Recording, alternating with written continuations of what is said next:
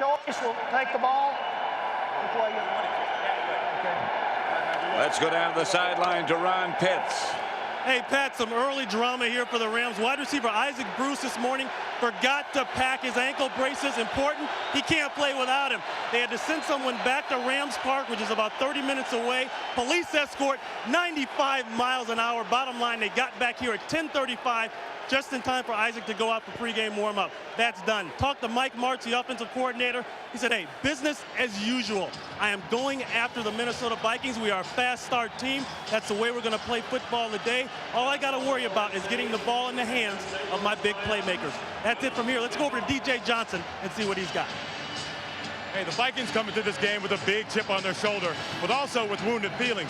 They're upset not because they're underdogs, but because no one gives them a fighting chance to win this game. I spoke to Chris Dolman earlier, and he said he can't believe that the Vikings came into the season so highly regarded and have their status drop so low as they face the Rams in the playoffs. He said the Rams have done their share of trash talking, but at this point, it's time to put up or shut up. He said if the Rams won't respect us, they'll feel us. Pat. All right, DJ, thank you. I give him a fighting chance, don't you? Yeah, I think that everyone does. I mean, I think if there's a team that can be a spoiler in this playoffs, it's the Minnesota Vikings, and I've thought that all along. Well, traditionally this year, they've been slow starters, but they're going to receive the kickoff. Let's see if Denny Green and the Viking offensive unit follow that script.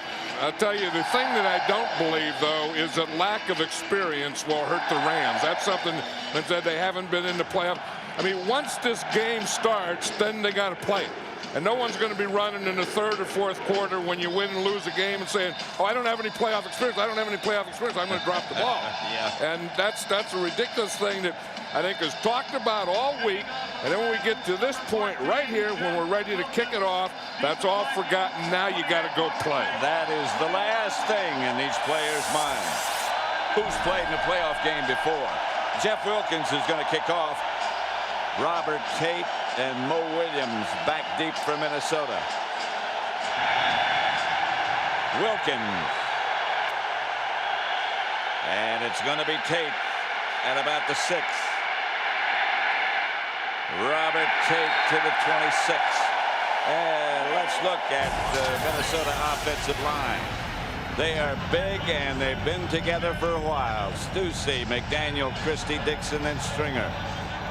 2 Pro Bowlers.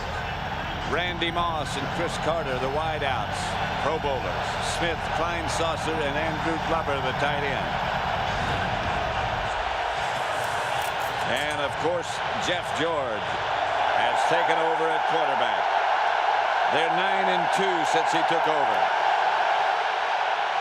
1st and 10 at their own 27. A lot of noise. And it's only 1st down. To work is George to Carter. Near a 1st down. Let's have a look at the St. Louis Ram defense. The front 4, Wistrom, DeMarco Farr, Ray Agnew, and Kevin Carter. Smallish, but quick. That also applies to the linebackers. Collins, London, Fletcher in the middle, and Mike Jones. And the secondary, McLean, Bush, Jenkins, and Todd Light headed for the Pro Bowl. 2nd and 1. Smith is deep. Kleinsaucer in front of him. Robert Smith. 1st down and more. Bounced off. I really like London Fletcher. You know, he's a guy that we talk about attacking. He is going to attack. Now, that time, he attacked the right side of the defense, and Robert Smith ran to the other side. But he got the penetration. He got in there. And I think Robert Smith either saw him or felt him, but he cut right off and away from him. Robert Smith is very good at that. He proved that last week. 1st and 10, Minnesota. Smith again. Straight ahead. To about the 45. You know, last week was the best inside running that I've ever seen Robert Smith do, and I think what it did is it really fired up that offensive line, because the offensive line likes to get up there and early, especially early in the game, like to take off on those defensive guys. You know, not have to pass protect and get back on their heels, but start off the game because you're all charged up anyway, and start off firing out and being aggressive. Smith again is deep. 2nd and 7. Jeff George gives to Robert Smith, who broke one tackle, stumbled for about 3 yards. This really is physically as healthy as Robert Smith has been. He had bad knees. Those seem to be okay. He had a hernia operation. That seems to be healed. Look at Denny Green. They went in there to have a hernia operation, and the doctor was the Tampa Bay Buccaneer doctor, and he found 2 hernias in there. Leroy Hoard. 4 wide receivers. And the Rams have 6 defensive backs. Hoard is the deep back. And Hoard will have a first down. What a good call that is. Yeah, that's what they wanted to be able to do. And Ray Sherman talked about that, to come out and run the ball and control it, calm this crowd down, to keep the Ram offense off the field. That time they go 4 wide receivers. And what that does is that put the Rams in 6 defensive back, spread out that defense, and that gives Leroy Hoard a pretty big running lane in there because everyone was playing pass defense. 1st and 10 at the Ram 45. Smith is back. George lofts it to Moss, who makes the catch and skips in bounds. That's the old pick your poison thing. You know, do you want to stay in there and stop the run? Here's Todd Light. He's number 41. They think they want to be physical with Randy Moss. Everyone does. But once he gets by that physical, he's still got the jumps, he's still got the speed, and he still has the control of his body. Watch how he keeps both feet in bounds. A marvelous athlete. I tell you, he is something really, really special. 2 tight ends set up now. Robert Smith deep, and Smith gets the carry. Smith flashes inside the 15 to the Ram 11, 12-yard line. And when Ray Sherman first came here as the offensive coordinator, he took a little abuse because they missed Brian Billick. But one thing Ray Sherman wanted to do is have balance. And we've seen him run, and we've seen him run the draw, and we've seen him run right, we've seen him run left, we've seen him throw the deep ball to Randy Moss. He is starting off this game. There's Ray Sherman right there, the offensive coordinator, with great balance. He's run the ball 5 times, passed it twice. Running formation again with Kleinsasser in front of Smith. Smith gets the carry. This time he's hit just as he gets to the line of scrimmage by London Fletcher. Strength up the middle. Here's London Fletcher here. You see, he's only 5'10", so he has to get back a little more than most linebackers. But when he sees a hole and he sees a run, he is really going to attack it.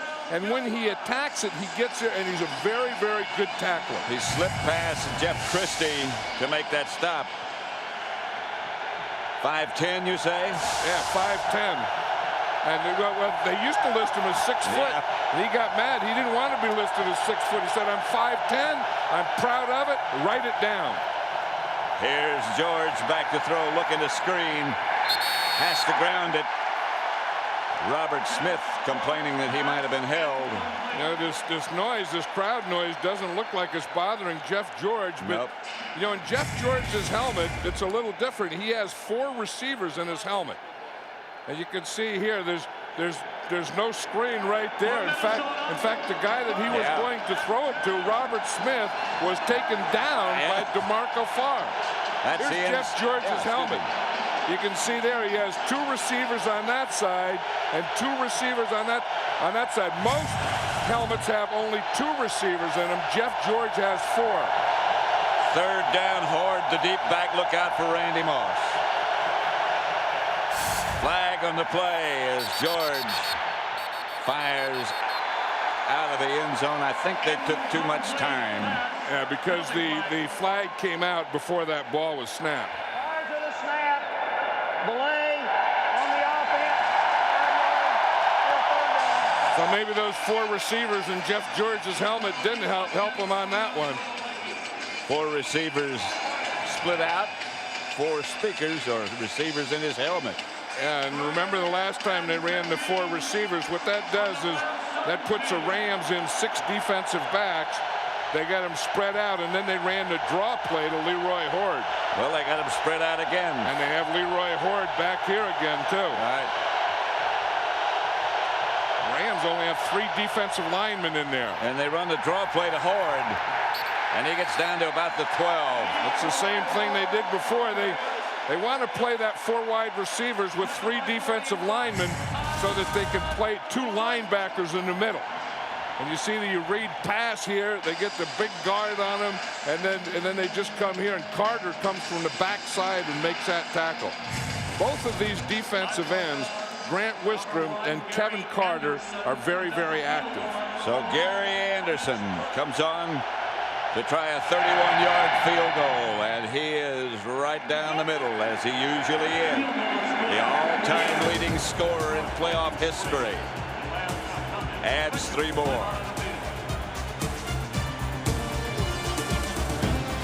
Rams fans, don't miss a play. Listen to Mike Bush, Jack Snow, Malcolm Briggs on every Rams game broadcast in stereo on the voice of the Rams, the new Mix 93.7 and KATZ AM 1600. To you, this is more than a flight. It's a mission. Your mission. And that's something that we respect. Because one airline realizes that when you succeed, we succeed. That's why more than 820 times a day, to over 100 destinations around the world, the people of TWA take to the air with just one mission. Yours.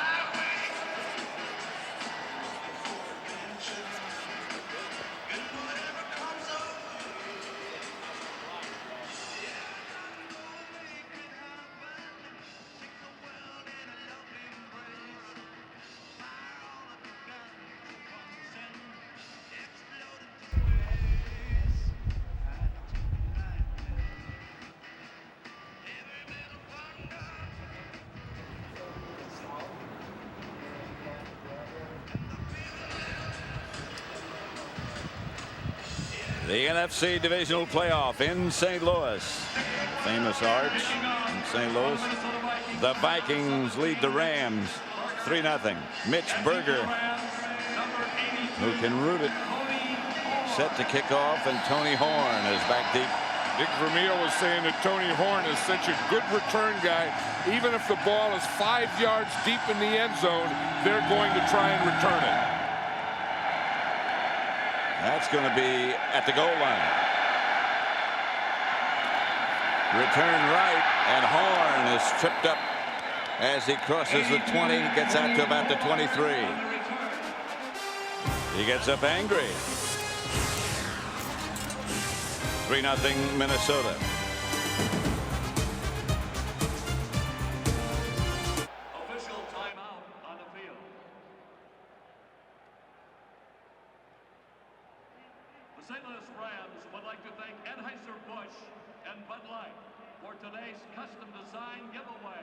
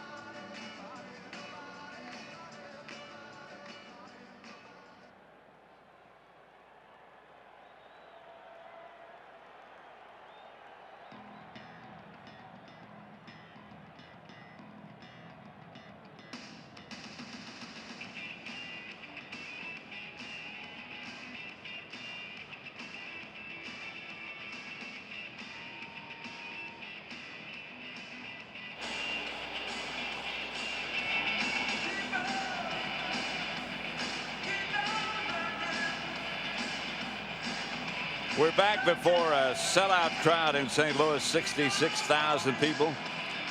The Rams and the Vikings, and that's the home field advantage for the Rams this year when they play here in St. Louis. They trailed. They were behind for only 4 minutes and 29 seconds, so they got to go to work.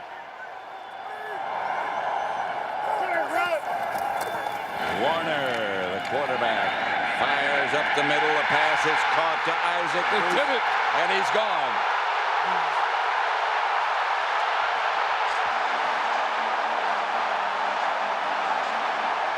Amazing. Dick Vermeil told us yesterday that was going to be the first play of the game. Yep. It was a play pass with a double post. See the players doing their celebration. That's called the bob and weave. One of the things is he has the two receivers in the slot here. They're both going to run a post. And whoever the safety comes off on, they throw it to the other guy. You see the post there, and then the post there. Both of them going to the inside. The guy that they came off on and left free was Isaac Bruce, and the first play a touchdown. The extra point is good by Wilkins, and very quickly they strike to go ahead 7-0. 7-3, sorry.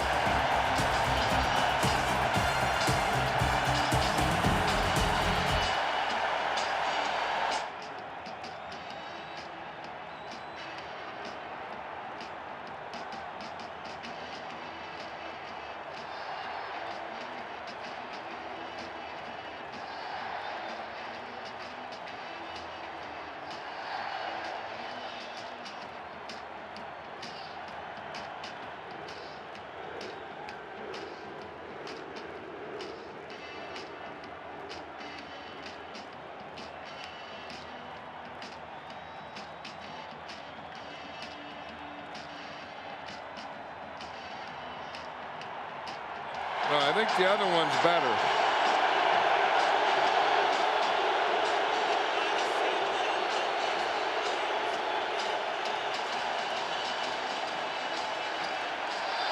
Stop it here, Sandy. Stop it here. No, before, yeah. I mean, just, yeah, right. When they both, say, we'll just stop it right here. See, now here he's really keying off him, but he throws the Bruce, but he could have thrown here to Holt too. Then they put the tight end over there. Okay, can we do that, Bob?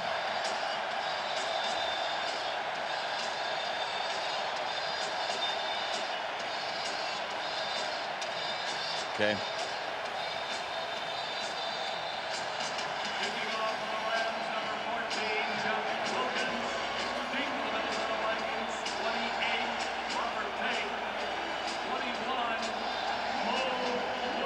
Seven 3. The Rams over the Vikings. That's Foge Fazio talking with two of his defensive backs, Hitchcock and Griffith. He's drawing up that pattern that they just ran on him. They went I formation, play pass, double post. And Robert Tate from the 5. Tate tripped up at the 25. And here's what they did. You see I formation, play pass. They're going to get the tight end out here to clear out this area. Then they're going to get a post in here. That's a post pattern. And a post in here. And whoever he comes off on, then Kurt Warner was going to throw to the other one. He came off on Isaac Bruce, but he still threw it to Bruce. But watch the post coming from both sides. If we can stop it now, you can see that they're both open. Here's Isaac Bruce. That's the one that he decides to go to. And I'll tell you, speed kills. Because once Isaac Bruce got a step behind him, and Kurt Warner knew it, and Isaac Bruce went up, and he gave the ball to someone in the stands. I'm glad he found his ankle right there. Braces. Those ankle braces had some speed in them. Robert Smith behind the line. Todd Collins. Just been informed that Jimmy Johnson has officially retired as the head coach of the Miami Dolphins, and his #1 assistant, #1 friend, Dave Wanstead, has the job. Yeah, well, I think that was something that we could see coming. I felt all along that this was going to be Jimmy Johnson's last year, and then that was kind of set up when Jimmy did leave or retire. Dave Wanstead would get the job. Here comes the blitz, and there's the pass caught and knocked loose and gotten back by Chris Carter. Hey, what a throw by Jeff George. If Devin Bush, number 23, the safety, is there, Dexter McLean, he's gonna get it right between them. See McLean come up and get physical on Chris Carter. He's a tough guy to get physical on because he is so physical. He gets right by McLean. Now here's the thing that the Rams feel they had to do. They had to put pressure on Jeff George so that he can't do that, so that he can't have what they call clear space. That time Jeff George had clear space to throw the ball. And Carter caught it, fumbled it, and got it back. Here comes the blitz. Picked up by one, but not both of them. Billy Jenkins on the delayed blitz. Billy Jenkins is the guy that got there. The first guy there was London Fletcher. He gets blocked here by Robert Smith. You're going to see Fletcher's coming here, and then we're going to see Jenkins is coming right in behind him. They get Fletcher, and as you said, they didn't get Jenkins. But they got Fletcher pretty good. Watch him. Robert Smith is going to get him, and then Jenkins comes right in behind him. Jeff George turns, and he's right in his ear hole. Second and 23. That was a well-designed blitz. Wasn't it? Have one guy follow another guy in the same hole. George back to throw it. Screen pass. Robert Smith. Knocked out of bounds. Just outside the 40. About 8 yards short of the first down. I wonder if Jeff George still has all 4 of those speakers in his helmet. After that hit. Yeah, and Billy Jenkins came there, and and Jeff George, I think he saw London Fletcher. It was the first blitzer, but I don't think he saw or felt Jenkins until he hit him in the head. Well, he was running a play pass fake. Yeah, and he was looking the other way, and then when he turned back, there was Billy Jenkins. Ram defense, like the rest of the team, is very quick. And this crowd is a part of them. George out of the shotgun, fires deep. Overshoots Randy Moss, who had a step. Yeah, they aren't doing a lot of double coverage to Randy Moss, and I think that there's going to be a point where that they're going to keep that up. Now what the Rams are trying to do is mix their coverages, and in doing so, both Randy Moss and Chris Carter will at times draw single coverage. The punt returner is Hakeem. The punter is Berger. Berger with a very strong leg, and the returner with a lot of speed. And Oz Hakeem is a very, very exciting returner. Yes, he is. Line drive kick. This one can be returned. Not much room, as he's out to about the 17, where the Rams will take over. Their first offensive play was pretty good. Let's see what they do now.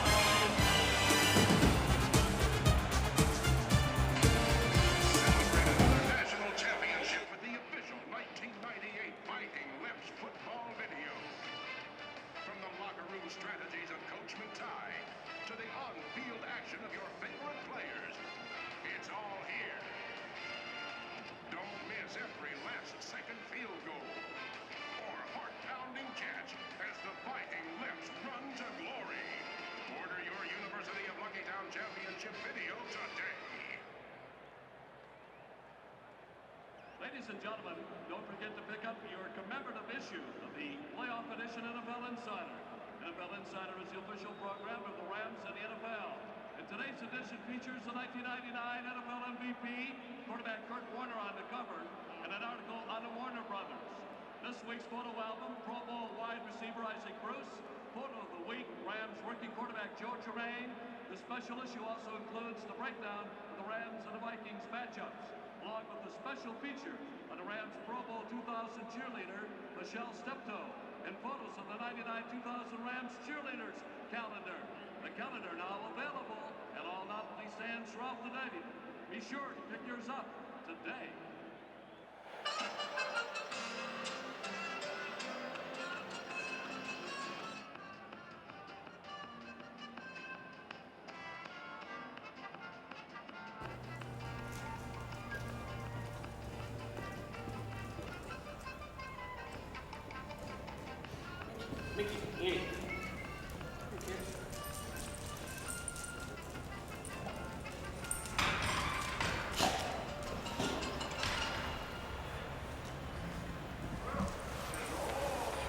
Those Budweiser Clydesdales are beautiful animals, aren't they? They're like offensive linemen. Yep. I've always said a big old Clydesdale like a big old offensive lineman. Look at that Minnesota 15 plays, Rams 1. Here's Warner. Bruce again. Hitchcock made the stop. I'll tell you, those ankle braces that they put 95 miles an hour to bring to Bruce sure are working. I'm going to get me some of those. There's the offensive line for the Rams. Pace, Newton, Grudadaria, Timmerman, and Miller. The backs and receivers, Hope, Faulk, Holcomb, Williams, and Isaac Bruce, who's handled the ball twice, as has the quarterback Kurt Warner, the NFL's MVP this year. I think Isaac Bruce was a little tired of hearing everything about Randy Moss and Chris Carter. Warner on the outside, complete, right on the sideline. Good throw to Torrey Holt. Let's look at the Minnesota defense. A bewildered defense at the moment. Dolman, Randall, Ball, and Clemens up front. The three linebackers all very quick. Rudd, McDaniel, and Kylie Wong.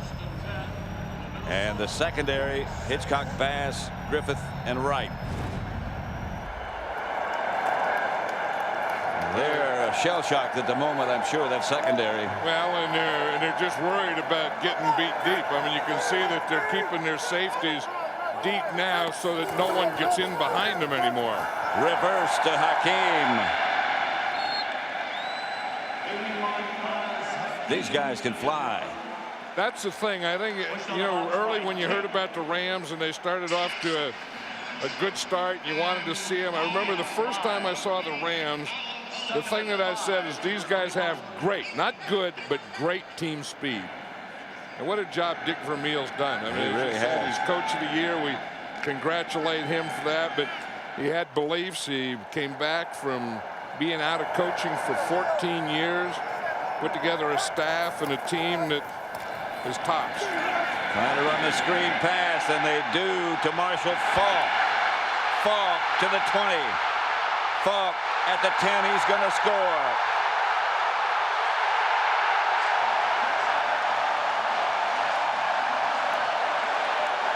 Woo! Bob and weave. And that's exactly what Marshall Faulk did the first time he has touched the ball.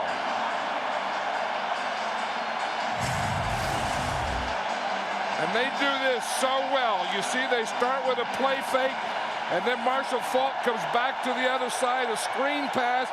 And watch how quickly, after he catches that ball, he just explodes. And, there's missed tackles, but Marshall Faulk makes you miss tackles. He just steps out of your hands and arms. He was the NFL Offensive Player of the Year, and you can see why right here. MVP to Offensive Player of the Year. Wow. That is explosion.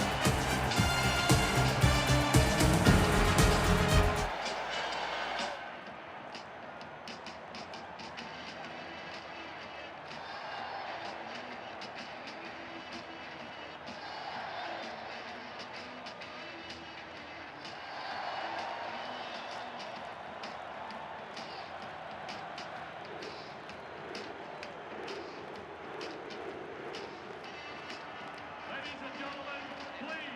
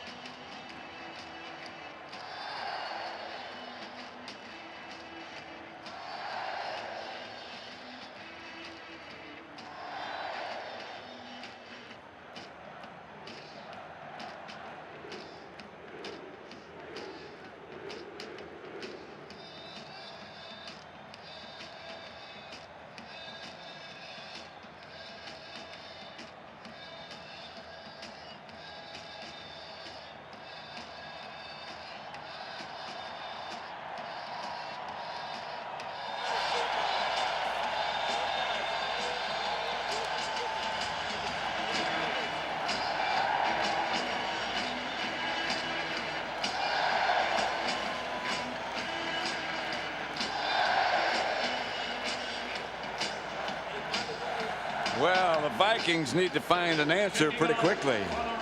Well, it's the speed. You know, it's the speed we were talking about. That the Rams have 155 yards receiving, but 109 of it are run after the catch. I mean, that's the thing, is they can get open, they can catch the ball, and then after they catch it, they can do a heck of a lot with it.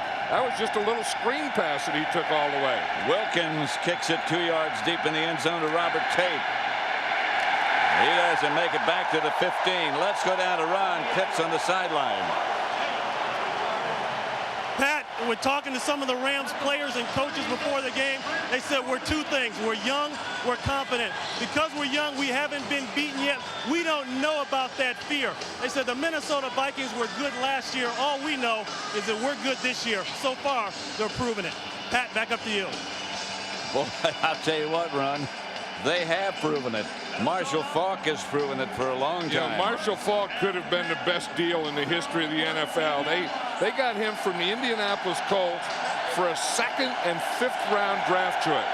Just think of how many teams would love to give more than that right now for Marshall Faulk. All you got to do is get him the ball, and he's going to find out where the trouble's coming from, and he's going to beat it. Here comes the blitz again. George is down. They got him on the ropes. Yep, and that blitz again was London Fletcher.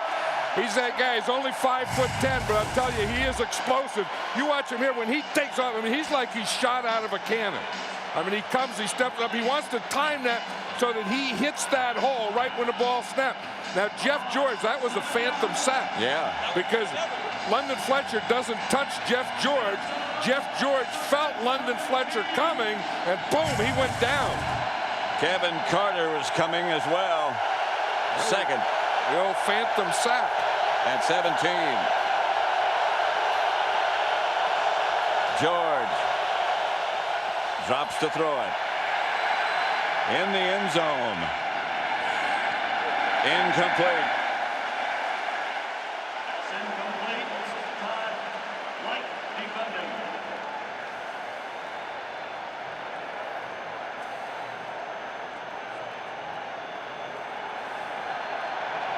Denny Green looking on. At the end of the quarter, we're going to go back to the studio and pick up the excerpts, or some excerpts, from Jimmy Johnson's press conference when he stepped down as the head of the Dolphins. 3rd and 17 here in St. Louis.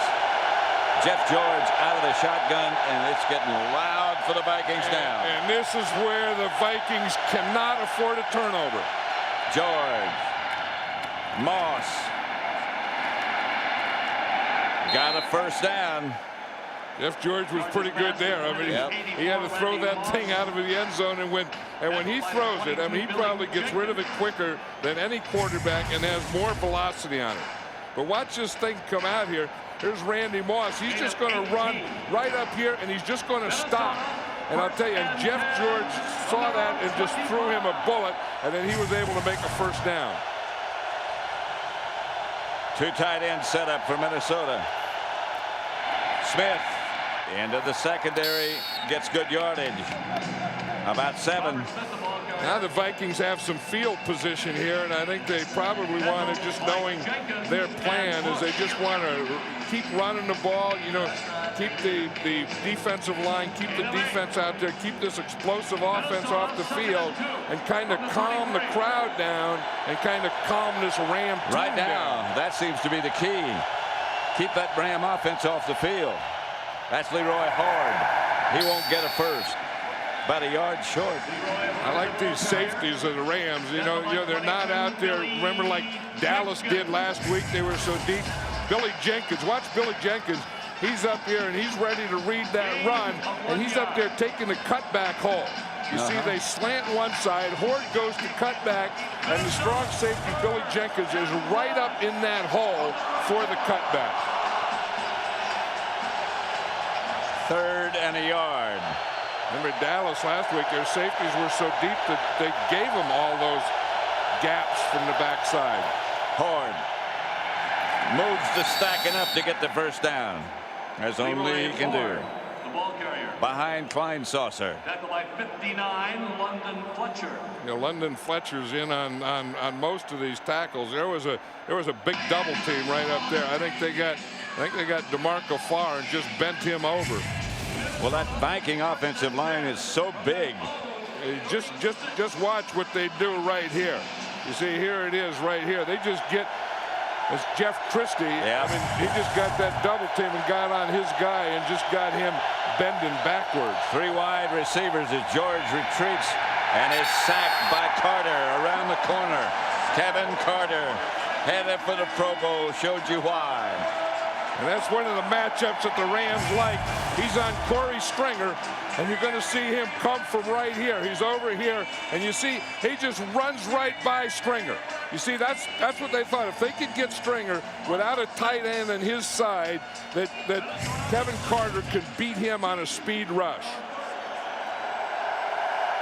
14-3. The St. Louis Rams leading 2nd and 16. They got the same thing again right there, and I bet Kevin Carter again tries a speed rush.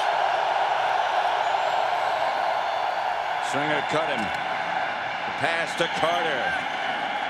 And Carter gets a first down. And that wasn't bad by Corey Stringer, No, wasn't it either, wasn't. because Kevin Carter just had everything going, and he was going to get another one of those things, and Stringer just went boom and just went right down and took his knees, and that was the side that Jeff George threw the ball to Chris Carter. In at 17, Minnesota. And Chris Carter, as intelligent a player as ever played the game, I think. Just as competitive. And probably, when you talk about wide receivers, the most physical. Yep.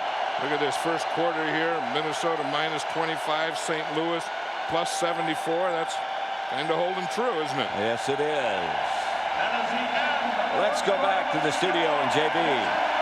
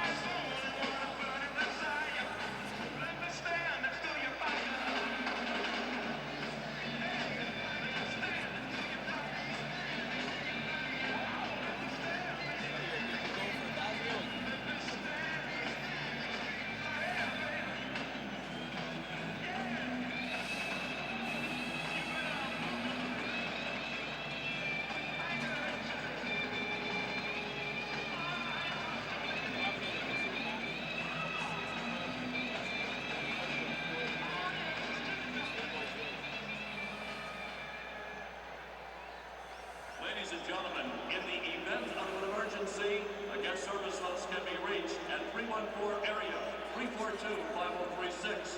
Caller must provide the name, section, aisle, and seat number of the person they need to reach. All right, JB, you know, Howie said something there that hasn't always been a factor, and that is cap friendly. You never had to deal with that, did you? No, that's why I would never go back. Well, I'm not going back into coaching anyway. What the heck I'm talking. But that would be, if I did go back in, that would be the toughest thing that you would have to deal with. And I think that could have been part of the thing that got Jimmy, too. There's just too many things to deal with, and he didn't want to do it anymore. Absolutely. Here's George. Protection's good.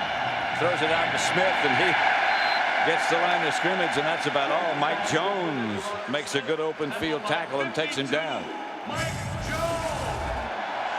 And here's where it all starts, is right here in the middle, because the Rams are talking about they want to get pressure right up the middle on Jeff George so that he couldn't step up. And then, of course, the Vikings know that Jeff George is a pocket passing quarterback, so they have to have a strong middle. And that time, Randall McDaniel, Jeff Christie, and David Dixon just did that. They gave him a clean and clear middle. If they're going to get pressure up the middle, I think they're going to have to bring London Fletcher. Well, that's the way they've got it, Fletcher and Jenkins. George, high ball, slipped out of his hand, way short. What did he throw, a high ball? Yeah. That one went over the backstop.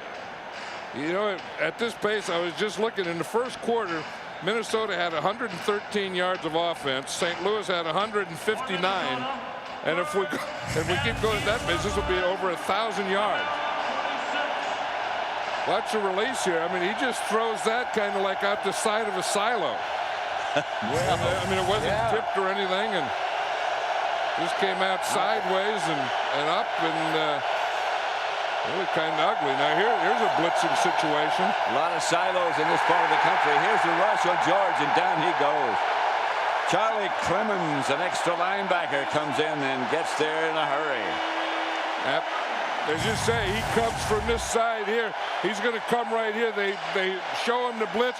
Here's Clemens here. He goes right by David Dixon and then right by Robert Smith. And he just gives it to Jeff George. But they had two chances to get him. First it was David Dixon, the guard, and then the second one was Robert Smith. That almost knocked Jeff George's head off. Yeah, you know, that again is speed. Clemens just blew by him. Yeah, but the Rams do. I mean, they have speed in every area. Offense, defense, special teams. Right here, they have speed. Hakeem. There it is. Look out. Look out. Oh. There was one tackle, a flag on the play. One man hit him, or he was gone again. Antonio Banks. It looked like Antonio Banks was being blocked, and Oz Hakeem just ran right into him. Watch, he's down right there.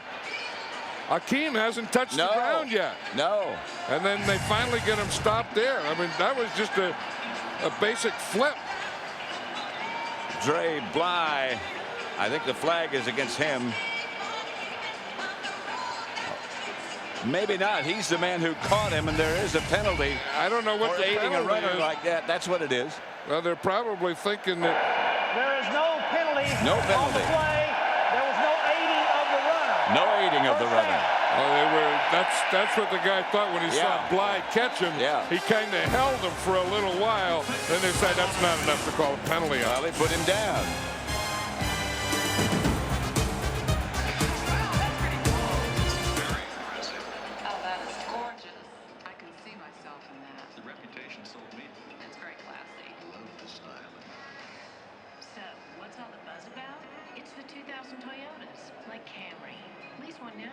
$249 a month. Just $249 for the #1 selling car in America. See the 249 Camry at your St. Louis Metro Toyota dealer. They're leading the way. You gotta admit, looks pretty cool. Ladies and gentlemen, coming up at halftime, St. Louis's own Purina Dog Chow, Incredible Dog Team. Always Coca-Cola. It's all about friends. It's all about fun. Gotta refresh, go for the real one. It's all about taste. It's all about style. All about relax. All about wild. Always Coca-Cola. The St. Louis Rams would like to thank our training table partners, Chevy Scratchbacks, custom catering by Larry. Yeah. Well, they're fast. Fazoli's. The St. Louis Rams thank you for your support.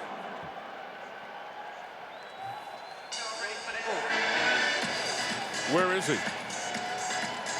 Okay, so they're there at the.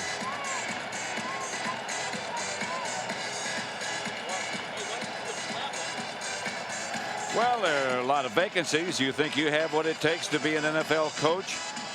then log on to foxsports.com or NFL.com and play Predict a Play, where you earn points for correctly predicting the next play and compete against others in real time during today's game on foxsports.com. And you get to pick the team. I would pick this Ram.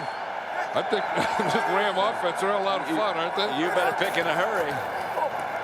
Here's Marshall Faulk first. Warner going deep.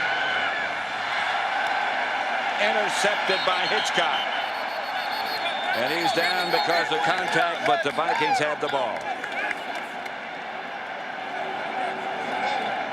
Jimmy Hitchcock is a guy that you think that you can get stuff on. Here's Jimmy Hitchcock here. He starts up like he's playing tight coverage, then he bails out, then he'll go for that double move, but he just took a step on it, and that was great coverage by Jimmy Hitchcock. That was excellent. See, the ball is a little underthrown, and he comes back and makes the play. Minnesota ball.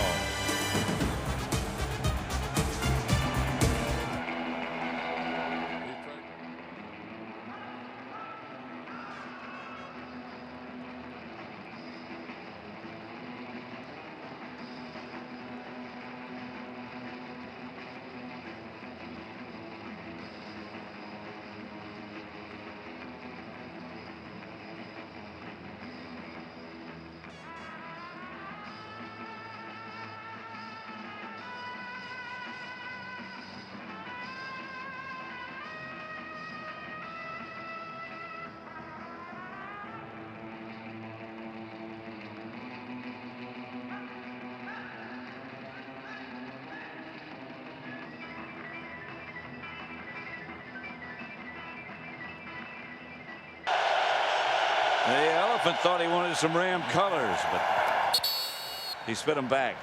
Elephants are a lot like Clydesdales. They're a lot like offensive linemen. How's that? Look at this, what Jeff George, the pressure he's been under, Pat. He's been sacked 4 times, and 3 of those have been blitzes. Hurried 5 times, knocked down 4 times, and that's what the Ram defense wanted to do. They felt that the #1 thing they had to do was get to Jeff George so that he couldn't get to his big play guys. Smith gets a Viking first down. Stopped by Todd Light. We talked about the hits on Jeff George. We'll see him here, and they're not only defensive linemen. I mean, he got hit by linebackers twice. He got hit by a safety, and every way that you can get, he's gotten it. And that one there, I mean, that one there has to take something out of you. Well, you never know it by Jeff George's demeanor. He looks just as casual as he always does. Maybe he's had some of that knocked into him. Maybe so. He drops the throw. Moss. Here's pushed out of bounds. Yeah, that's the catch. Dexter McClellan is saying that he pushed off, and he probably did, but there's so much of that in the NFL now. Once you get downfield, watch Randy Moss here, and there's going to be a point right here where he pushes. See that right hand there? Yep. He pushed, he got it right on Dexter McClellan's hip, and just gave him a little push, then went up and got the ball. You see the push there? And that push gives him a separation, and then he has the jump. I wonder who else is going to make that catch. One guy cannot cover that. No. You can't be much better than McClellan was. Ooh, this one was almost disaster. And that's Dexter McClellan. He saw that one. Yeah, and he was back off, and look at him the way he's looking. He's looking in at the quarterback. You see, so he's looking in there, and he sees that, and he starts to run. The minute Jeff George turns to that side, he starts to run, and he almost got that thing. They rolled up some help behind him. I know, but look at Jeff George look here. And Dexter McClellan is seeing what Jeff George is looking at. That was more on the board for the Rams. They tried to run a draw play, and the Rams had it diagnosed perfectly, led by Wistrom. Grant Wistrom is a defensive end. You're going to see him right here. And he's not the biggest guy, but he's very, very quick. And he's not afraid to take an inside move. And that's what he did to Todd Stussy. And I think that any defensive end, to be a good pass rusher in this league or a good penetrator, has to be willing to take the inside hard on a tackle. 3 wide. Stay outside all day, you can't play. 3 wide outs. For Minnesota, Jake Reed to the left. And here's George, and here comes the blitz again, and it's for Jake Reed. Reed's got it. Jake Reed to the Ram 20. That's what the Vikings can do to you. That's the thing, and you know what happens? There's a blitz. So with the blitz goes a man-on-man coverage, and with man-on-man coverage, you get a big play like this, and that's what they're doing. Dre Bly is the guy that they're going after. Now watch, you say, why is he man-on-man coverage? Because you get the blitz. Now when you bring 3 like this, the only thing you can do, you can't zone it, you can't give the guy any help, and then Jeff George is looking for Reed all the way. The handoff is to Smith, and he's going nowhere. Ray Agnew was the first in blue to grab Robert Smith. Yeah, Ray Agnew really plays the run well. Here he is right here, and he's a very strong run player and a very unselfish player. Grant Wistrom was saying yesterday that Ray Agnew is the hardest working player that he has ever been around. He got off a double team very quickly that time. I think that, you know, every guy on that Ram defense has great respect for Ray Agnew. 2nd and 10. George fakes, throw. Touchdown, Carter. Well, we talked about offensive weapons. We have them here today, and if you don't have great defense, then you better get in a shootout, and that's what the Vikings are doing, and that's what the Rams are thinking. And it all started with the turnover. Yep. The interception by Jimmy Hitchcock. Here's Chris Carter. You're going to see him on Todd Light. You see Light started up like he was going to play him tight. Then he dropped off. He has a double coverage here. Jenkins had him on the inside. Light had him on the outside, and he ran right by Billy Jenkins. Chris Carter never looks like he's running very hard, but all of a sudden he's by you and behind you. The Rams 14, Minnesota Vikings 10. Official The best hands maybe in football.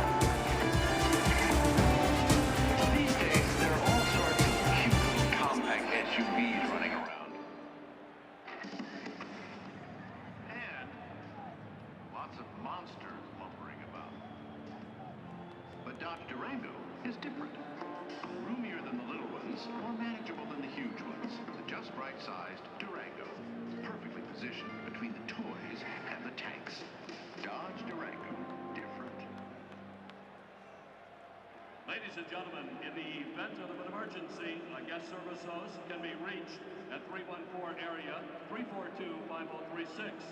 Caller must provide the name, section, aisle, and seat number of the person they need to reach.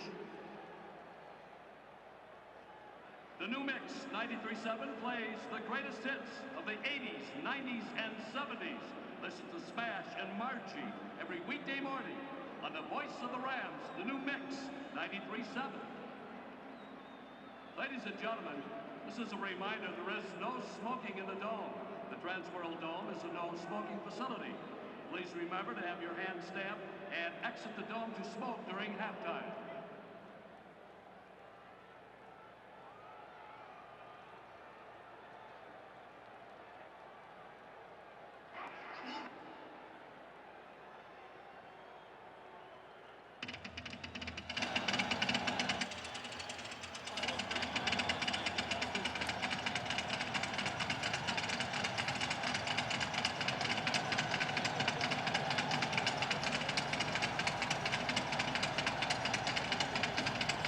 But here's Todd Light. Here's Billy Jenkins here. They're doubling Chris Carter. He just runs right by. He just splits him. Light has him on the outside. Jenkins has him on the inside. He just splits him and runs right by him. Now you think double coverage inside out. There's no way they can do it. Chris Carter just runs right through him, right by him, and Jeff George hits him perfectly. He just glides through you. That's the thing that drives a coach crazy. You got the guy doubled. You're waiting for that play. And then the guy still beats you. Here's Tony Horn. And there he goes. Out to about the 38. Berger finally knocked him down. The man who kicked it. 14-10. We got us a shootout.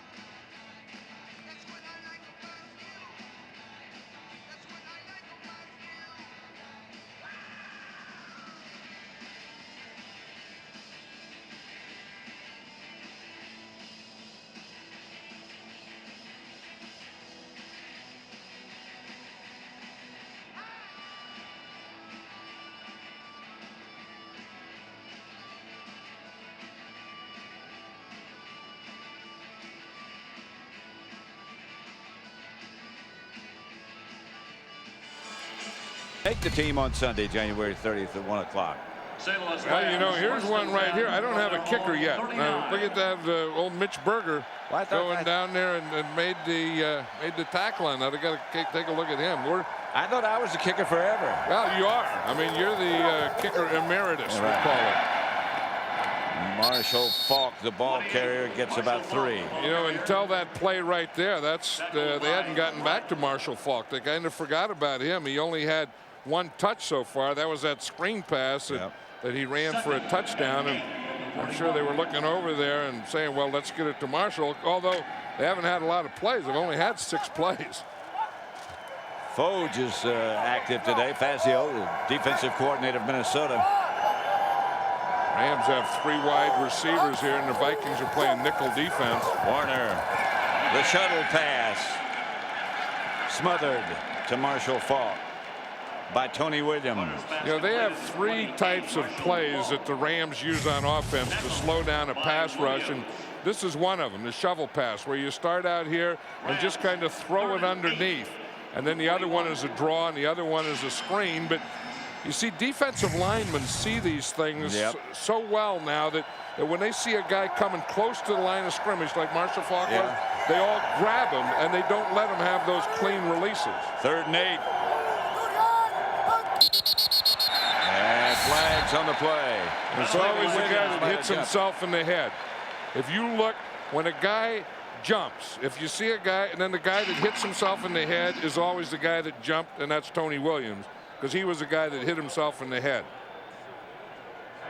Prior to the snap, encroachment, 93, defense, 5 yards, still 3rd down. He knew he encroached. Now watch him here. You see him encroach. Now watch his next move right here. Doink. Always do it. I mean, that's the sign of guilt. When you jump and they call it encroach, and then you hit both ear holes. And one of these days we're going to find out what encroach means. Encroach means just jumping in the neutral zone. But at one time they used to call it offsides. I think if you line up there, it's offsides, and if you jump in it, it's encroach. Here's Warner back to throw, and gets it out and dropped to Hakeem. You know, that's one thing about the Rams. I watched a lot of film on them, and one thing about Hakeem too is they will drop passes. I mean, they have speed, they have explosiveness, they have a lot of guys, a lot of ways they can hurt you, but they also do drop passes, and that's one of the problems that Hakeem has had. And you wonder here, I mean, he just looked that right through his hands. Yeah, right through. Sometimes you get your hands too close to your body. Randy Moss back deep for Minnesota, and this is Mike Horan, who's been with 6 different teams. And that's a good kick. He's a great directional kicker. Moss up the sideline and steps out at about the 23. And Minnesota takes over, trailing 14-10. 7:55 left before halftime.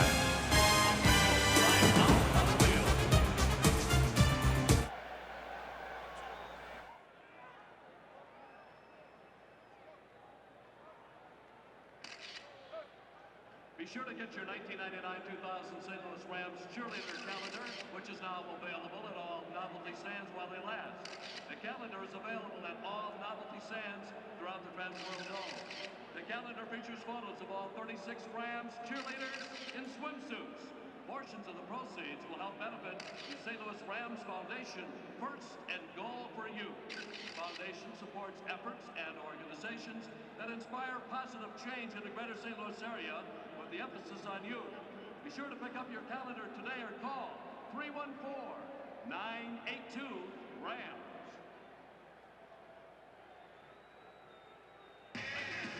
Coming up at halftime, St. Louis's own Marina Dog Chow, Incredible Dog Team.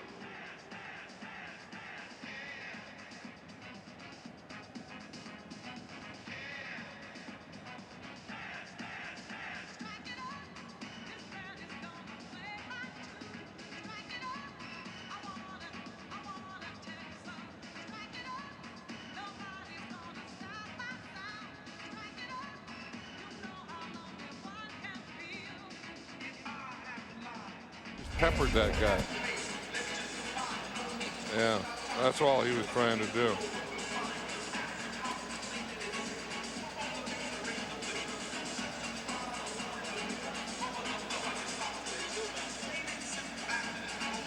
Next Sunday, it's the NFC Championship game on Fox. Catch the action when the hard-hitting Tampa Bay Buccaneers try to shut down today's winner to see who will battle it out for the NFC Championship. Coverage begins with the pregame show at 3:30 Eastern, 12:30 Pacific, all next Sunday, only on Fox.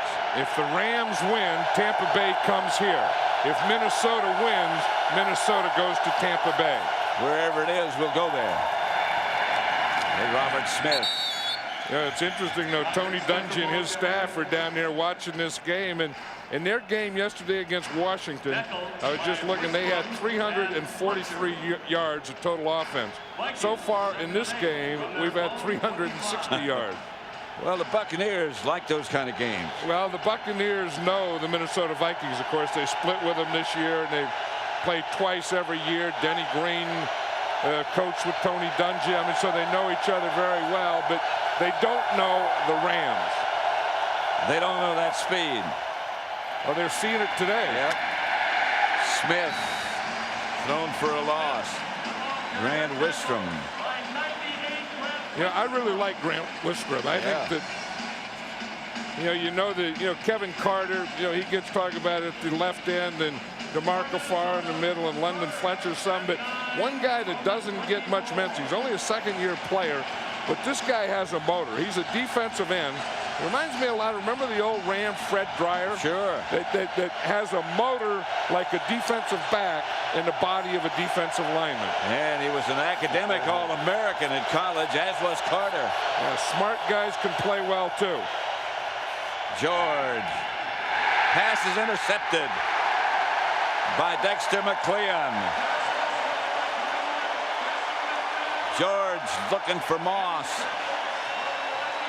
Dexter McCleon had good position on that one. We're going to see him right here. He's been playing very physical with Moss. Yeah. Now he knows that he has help deep. You see the safety over the top of him? Yep. So that if you have help over the top, then you can play aggressively underneath. And that's exactly what Dexter McCleon did. He had the safety over there so he can stay underneath and use what we call a trail technique. And see, Jeff George tries to force it in, but Dexter McCleon wasn't above him. He was in between Jeff George and Randy Moss. So the Rams take over at the Viking 45, leading by 4.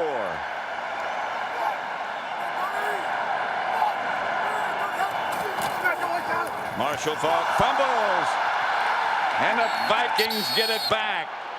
The ball bounced away from Faulk and into the hands of Robert Griffith. You talk about a playmaker, Griffith.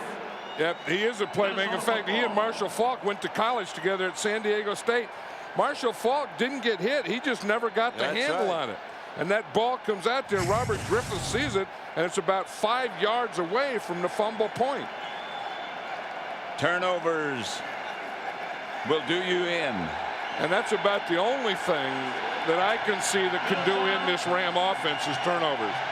I don't know that the Minnesota Vikings can stop them if they don't stop themselves. Minnesota ball at their own 47. And casually they break the huddle. First and 10 on the 48, make it. They give a turnover, they get a turnover. Right. Here's George on first down, firing in the middle. Knocked away from Chris Carter. That's Todd Light with Carter. That was good coverage because Todd Light had a man-to-man because here's Todd Light, here's Chris Carter, and we're talking about another blitz, you see. So Todd Light has him, and he just starts in, lets him get underneath him, and just gets that left hand in and knocks it off. That's an excellent play. I'll tell you, the Rams are playing Chris Carter and Randy Moss a lot more single coverage or one-on-one than I've seen anyone play the. Here comes the blitz again, and they give this to Robert Smith, and Smith breaks tackles, gets about 9 yards. It's going to be 3rd and short. Yeah, that's the thing for a running back is what he does after he gets through the first level. You know, a running back can always get through that first hole. He has to have vision to get through the hole. Now you have to win the battle right here, that next confrontation. That's the one that you have to win in order to have a big run. I mean, you have 1 to find the hole, 2 to beat a confrontation. 3rd and 3, call it.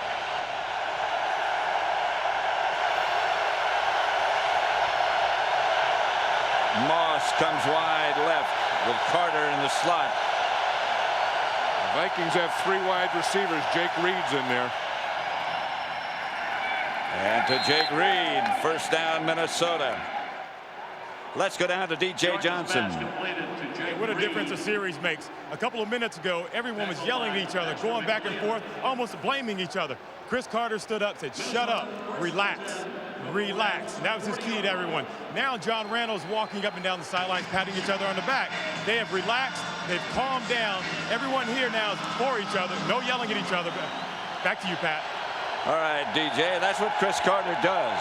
In other words, turnovers also are a great deodorant. Yeah, they are. The smell goes off the turnovers when you get one. Smith, not much. Yeah, but he's still finishing off his runs. I mean, you know, I think since he's had those hernias operated on, he's become a lot tougher runner. You know, we've watched Robert Smith for years, and he has good speed and, you know, and good vision and those things, but he would usually start inside and always look for the bounce out. Look at the time of possession, John. Well, that's the thing, that the Rams strike quickly and the Vikings are going in that run mode, and that's what they both told us yesterday they were going to do. Smith has 15 carries already. Here's George. Moss to the 15, 10. Moss dragged down at the Rams 6. And we talk about the speed of the Rams. We're probably, well, not probably, heck, the fastest guy on the field is this guy right here. Yes, sir. And you just watch him here. And last year, remember, they used to always throw him outside stuff, and they say that he would never go inside. It looks like the Rams are still playing him that way, that he won't go inside. And that's the way that they can break him. If they're going to take away your outside stuff and your deep stuff, you run that slant or you're in. That's the same thing they did last week to the Cowboys with Randy Moss. 1st and goal at the 6. Smith is still the running back. And the handoff is to Smith, who's inside the 5 to the 4. Usually this is Leroy Hoard time, but as you said, Robert Smith is running a lot stronger. Yeah, and he's keeping the ball inside, and as you just said it right there, it usually is Hoard time, and here comes Leroy Hoard now. You know, you give him a little dose of Robert Smith, and then you give him a dose of Leroy Hoard. Hoard not as fast, but the more powerful runner. And you get big Kleinsaucer in front of him. Jim Kleinsaucer, he weighs 272 pounds. That's a pretty powerful group coming at you. Moss in motion. There's Leroy Hoard. Touchdown. Yep, and it was that powerful group. Leroy Hoard and his power got right in behind the rookie fullback, Jim Kleinsaucer. Well, I was just saying, I mean, you talk about a load. Hoard being kind of a load. There's Red McCombs there celebrating, but Jim Kleinsaucer weighs 275 pounds, and he's the lead blocker right there. See, he gets that hit right there, and that creates the hole for Leroy Hoard.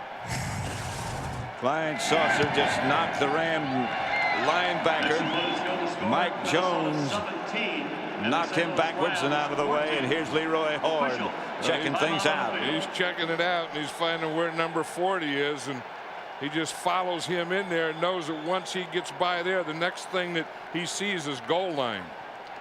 And the Vikings capture the lead. Here's what we're talking about right here. Here's the lead. You just follow that lead right in there. You get the block right there. You wait a little while. You see how Hoard waited just a split second to let Kleinsaucer get that block, and then he stutter stepped it in. He's had a bad shoulder, but Jim Kleinsaucer out of North Dakota. Coming up on the Visa halftime report, J.B. Terry, Howie, and Chris will talk live with Warren Sapp of the Tampa Bay Buccaneers. Also a report on Jimmy Johnson's retirement, along with the first half analysis. Plus our Fox Sports ticker will have up to the second stats. All coming up on the Visa halftime report, so don't go away. It'll be a busy halftime. Well, I wonder if they'll talk about that shocker that Jacksonville hung on Jimmy Johnson yesterday. I know, you can say that. I mean, that had to be an embarrassing loss, and all losses are tough. But when you get beat in the playoffs, the finality of it, because you don't have another game. And the humiliation. And then Jimmy Johnson never going to coach again, and has to live with that one as his last one. That's tough. None of them are easy, as I say, but that has to really be tough. Berger. Tony Horn. Out to the 30. 82-20 Horn on the return. All new tonight. Viking game where they have a slow start. They don't play well in the first quarter, and then they turn it on and play very well in the second quarter. Denny Green says we're great counter punchers. Yeah, but you don't like those other guys to punch you too much before you get your counter in, and it looked like that could have happened to him today, but it didn't. It could have. The Vikings up by 3. Warner. Flag on the play. Yeah, that has to be holding on Fred Miller. Barnard's pass is incomplete. Dwayne Clemens was rushing against him, and he just grabbed him. Holding. And it had to be. It's the right tackle, Penalty number flag. 73. Walt Coleman again is the referee.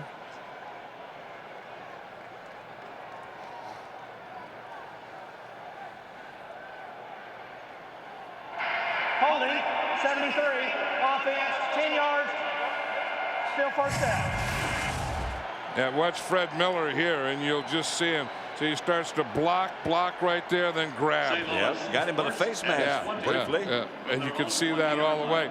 Now, you know, we haven't heard much from John Randall, and what they wanted from him was they wanted that right there. You know, to get in Kurt Warner's face, to get that pressure up the middle, and that time he got it with a spin move.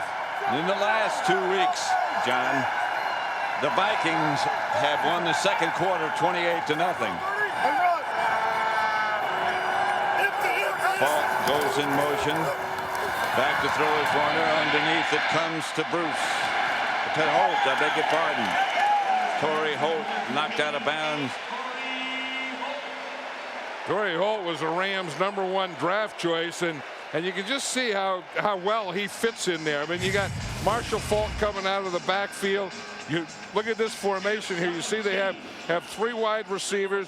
Marshall Faulk goes in motion, so you have no one in the backfield, the old empty backfield. Torrey Holt comes across the field. I mean, every time I watch the Ram film, Pat, it seems like there was always at least 1 or 2 guys wide open all the time, just like that. 4 wide receivers. Warner has time. Near a first down to Hakeem. Past the marker. It is a first down. 2-minute warning now. As the Rams trail the Vikings 17-14 after an awesome beginning.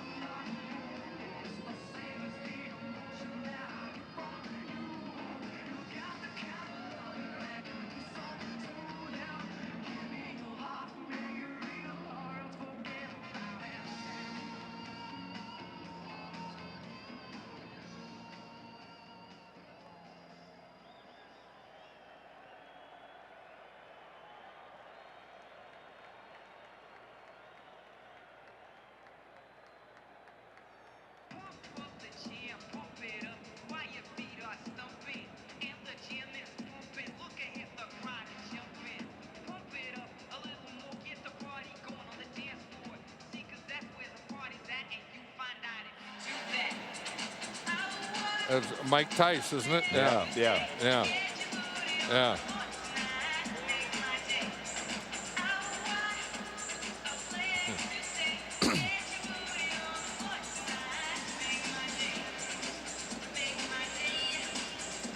Pat, you can always, excuse me. no, I was just going to say, you can always tell who the offensive line coach is.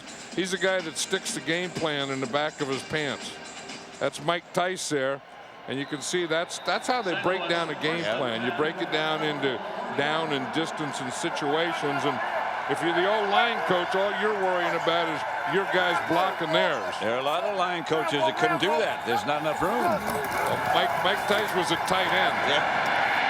Warner fires down to Isaac Bruce. And the clock continues to run. A minute 44 seconds. The Vikings hustle back, and the Rams are do everything in a hurry. Well, and of course they're going without a huddle here, and you know that they have guys wide open because of their speed. Yeah. The ball is hit and not deflected by John Randall as he went by. Gotcha. Watch John Randall here. He's coming with that rip underneath, and as you said, as he goes by Kurt Warner, he just sticks his right hand out and just deflected his arm. Watch it. He comes by and sticks his right arm out, and he hits Kurt Warner right on the wrist. That could hurt the old arm. Well, what it hurts is his shoulder. Yeah. There's Kurt Warner's wife, Brenda. That's her reaction there. She was looking for that thing to come out and get another completion. Rams have 4 wide receivers in We are here. reviewing the ruling on the field. Oh, they're looking to see if that is a fumble or not. Yes. What they're saying is or what they're going to review, and again, because it's in the last 2 minutes, the challenge comes from upstairs. This could be a fumble. From the coaches. Because his arm wasn't coming forward. Well, then if his arm isn't going forward, then it is a fumble. I didn't stay with it long enough to see who recovered it. I thought that the ball went out like a pass, though. I thought I mean, it wasn't like a fumble.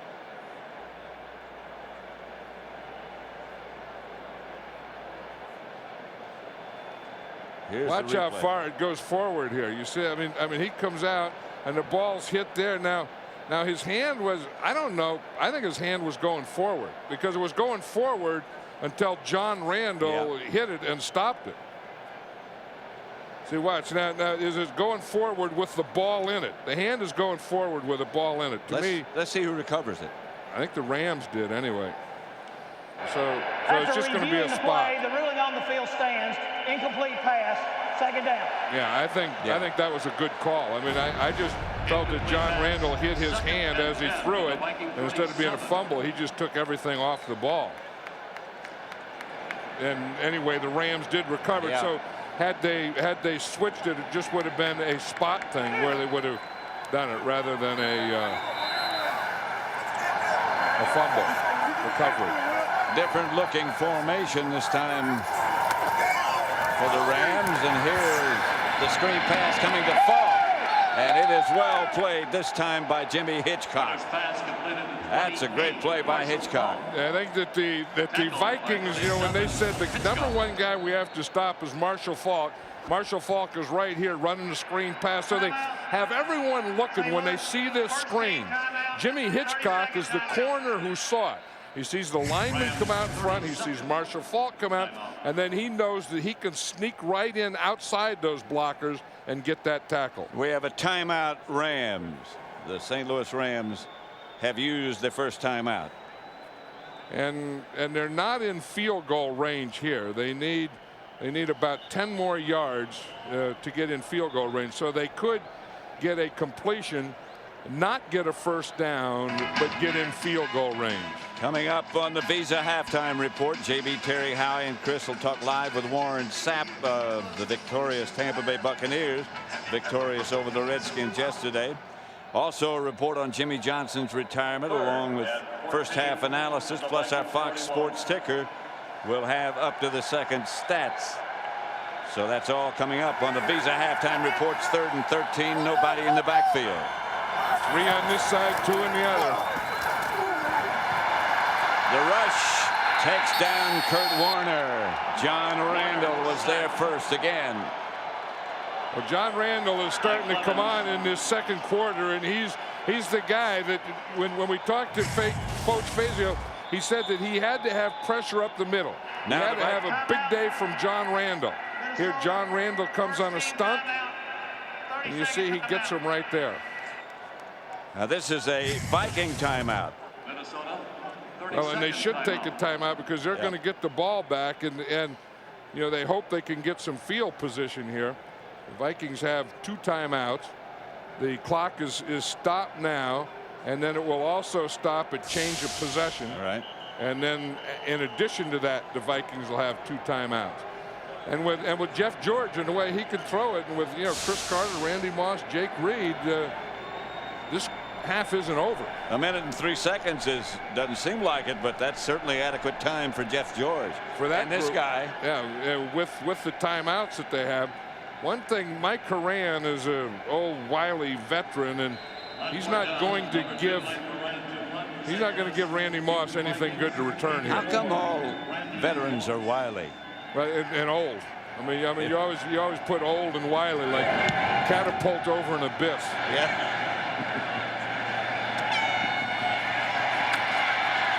Randy Moss to about the 22-23. Let me ask you a question. If you had Randy Moss, and as effective as he is catching the ball and all of his weaponry that he brings to the dance, would you let him return punts? No, I wouldn't, because I don't think he's a great punt returner. I think he's too long-legged, and they don't have him returning kickoffs for that reason. And I would find another punt returner, and I would let Randy Moss just be a receiver. I agree with you. If that helps your feelings any. Well, because that's where they can take shots at him. I mean, you know, that's where you kind of get a free shot. A whole bunch of wild guys running down at him. 1st and 10 at their own 23, and Smith gets the carry and gets about 8 yards. The Vikings can do that. You say, why are they running? But they should use their timeouts now. I mean, they use the timeout to get the ball back. Now, why waste your timeouts? They still have 2 timeouts, and I'm surprised. Me too. I'm surprised they don't take one here. I don't know what they're doing, because they took one after they got the sack on the Rams, and then maybe it's field position that they just elected to do this. If they get a 1st down here, I know they'll take a timeout. They let the clock run down to 15 seconds and less, and George drops to throw it. I don't understand this. I don't either. Flag on the play. I mean, this game was such a well-played game, you know, until this point, and now it's kind of flopping. It kind of went into a splat. 30-second timeout. Timeout, St. Louis. Well, what Dick Vermeil's saying, well, if they're not going to take a timeout, we'll take a timeout and see if we can make a play. I think part of that was, a defensive timeout because they didn't have the right personnel in there. Minnesota 17, St. Louis 14. Because if the Vikings can get a 1st down here, I mean, I would say that they'll make a play here to get a 1st down. Then I think they should take a couple shots to try and at least get in field goal position, because again, we've been saying this before, but they still have 2 timeouts. Well, they've still got Randy Moss, who can jump higher than anybody. Ray Sherman, who calls the plays for the Vikings, talking with Denny Green. Look, Denny's got the plays, the game plan in the back of his pants too. Well, that's not Denny. I'm sorry.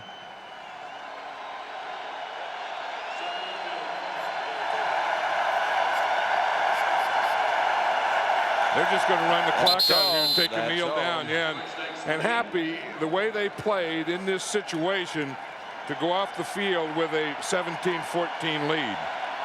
It doesn't seem like they should be ahead, but they are. That's the end of the 1st half with the score: the Vikings 17, the Rams 14. That's Fox NFC Divisional playoff game. It will continue from St. Louis after these messages and a word from your local Fox station.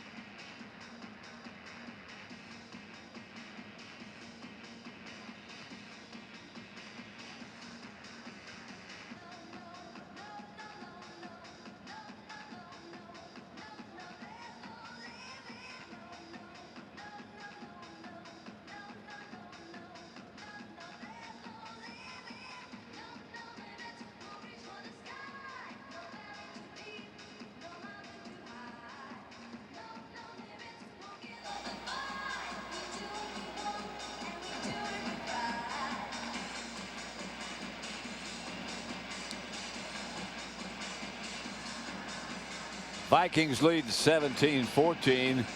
But John, the way the Rams started out, it looked like they were going to blow everybody right out of the stadium. Well, it was kind of a story of two quarters. I mean, the Rams came out and they were just going up and down the field. All their speed was showing, and then the Vikings got under control. And then in the second quarter, they won the second quarter and took it back.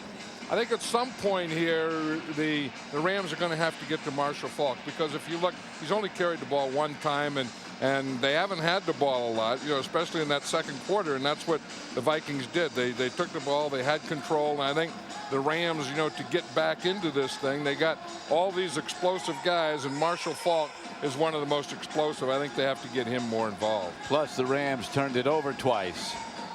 And that's a big thing. And that's a big thing, because you know, you look at the Minnesota Viking defense, and they're 30th in the league against the pass, and you know that they're vulnerable there, and really the only way that they can really stop this team is if they stop themselves. Although at the end of the half, John Randall was getting a lot more pressure on Kurt Warner. Well, they started to do a few things different with John Randall. Gave him a little bit more freedom. Here's Berger to kick it off. Well, I think they realized that the Rams were darn near one-dimensional in passing most of the time. Holt at the 6. Got a good wedge in front of him. And he gets around the corner, and he could be off. He could be off and gone, and he is Tony Horn. That speed is something else. And we talked about it, Pat, that they have it in every area. They have it on offense. They have it on defense. They have it on the punt return. And then we see Tony Horn here in a kickoff return. He starts to the middle. His wedge goes to the left. Gets a good block by his wedge right there. That's the block that sprung him. And then his speed took over right up the sideline. That was the thing that Dick Vermeil said. He said, we have to get the ball in his hands. We don't care where they're going to kick it.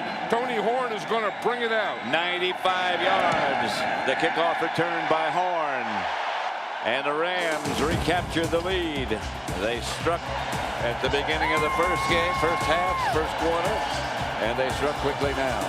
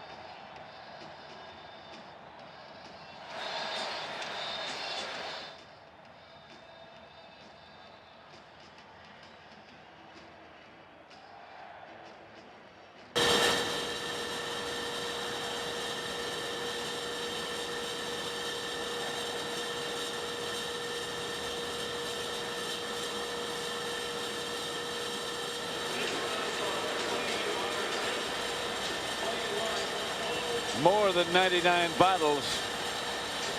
21-17. The Rams lead it. Set to kick off is Jeff Wilkins. Back deep for Minnesota. Tate will field it. And Robert Tate spins to the 25. Let's watch Tony Horn's return again. Here's Tony Horn. Now here's his wedge. Now he wants to get in behind his wedge, which is going to slide to the left. But watch the block that Andy McCullum gets, number 64, right here. He is the guy that gets the block that's bringing him. You see, they hold hands, keep it together, bring the wedge to the left, and the block right there by number 64. That's all you have to give Tony Horn right there. Andy McCullum got him the block, gave him the step, and the touchdown. Well, the Vikings lost, as you know, or maybe not, two of their key guys on kickoff and punt coverage to injury. George outside of Moss. He's thrown for a loss. Back to the 20.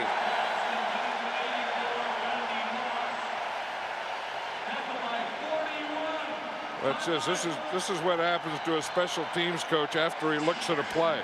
He's looking at it to see where the block came from and then what happened. And then he's had enough of it. He just rolls it up and dumps it.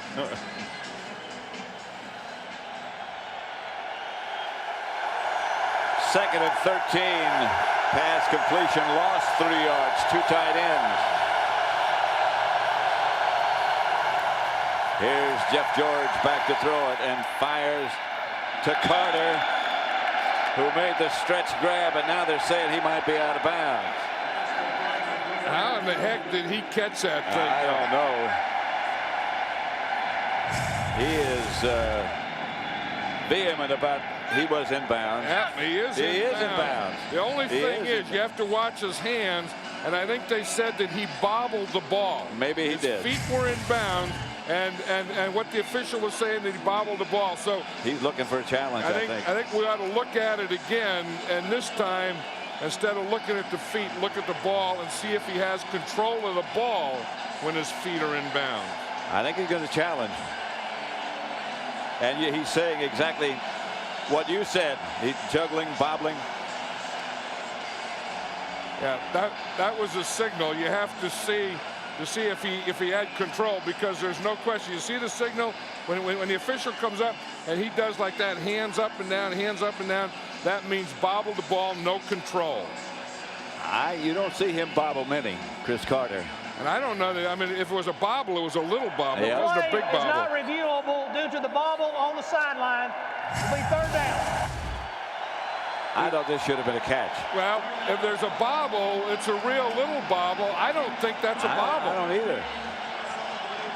No, this doesn't look like a bobble. I mean, I think he catches that with those hands, and he has control over the way. I don't believe.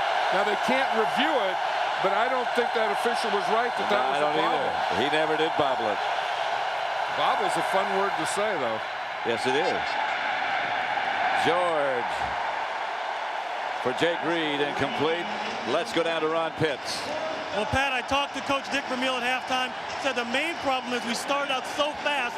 As a coaching staff, we got away from some things, like the run game. They're going to try to come back and be more patient with that. The last thing he said coming out before to the half here, he told the team, we've taken their best shot. Now let's give them ours. I think that kickoff return for a touchdown was a good example of another good shot by the Rams. Pat, back up to you.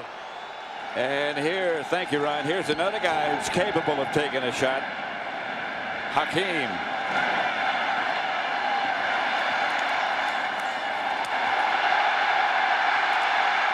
To the 45, a flag on the play. There's going to be a face mask there. But they are fun to watch, though. They are so quick. And it's not only offense. I mean, you think of wide receivers when you think of speed, but this is defense. This is special teams, punt return, kickoff return.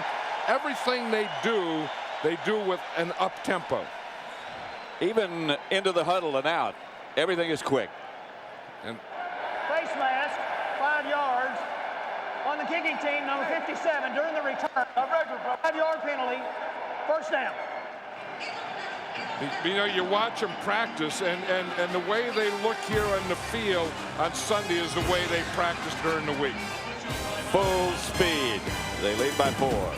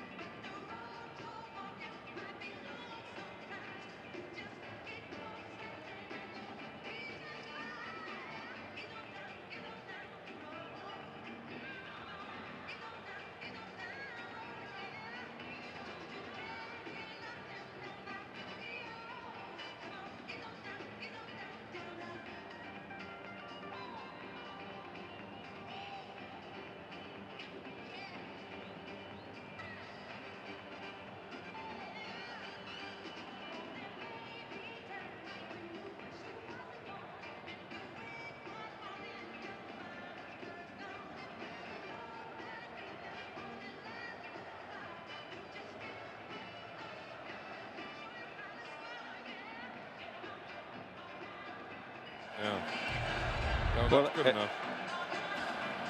Just outright wrong.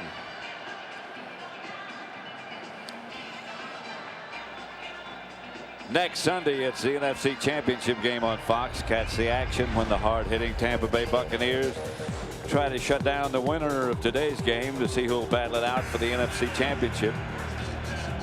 Coverage begins with the pregame show at 3:30 Eastern, 12:30 Pacific. It's all next Sunday, and it's only on Fox. And if the Rams win, the game's here. If Minnesota wins, it's in Tampa Bay. Faulk. That was the thing that Dick Vermeil talked about that they wanted to get back to, that they got, sometimes you do. And as he was saying, you kind of get enamored with this quick strike, and and you get to play and you get the big plays, and then you forget about the basics, and then your offensive line doesn't get into the game. And I think that's what happened to this Ram offensive line at the end of the half. They hadn't gotten into the game because they hadn't had any running yet. 3 wide receivers this time. Flag on the play. Faulk straight ahead.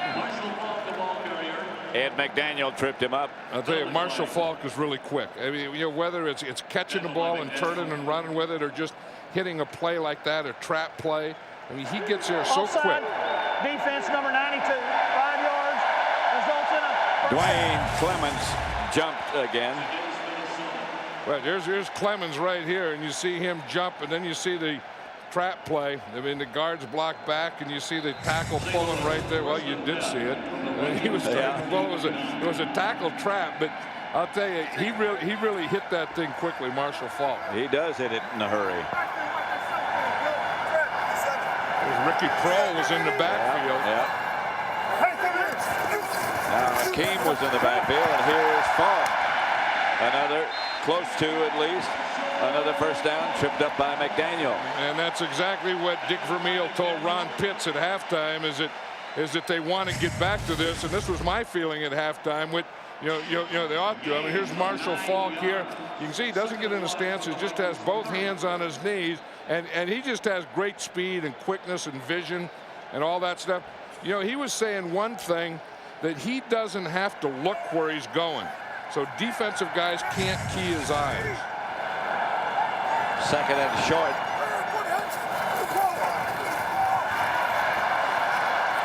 Dwayne Rudd wrapped up Marshall Faulk for a loss.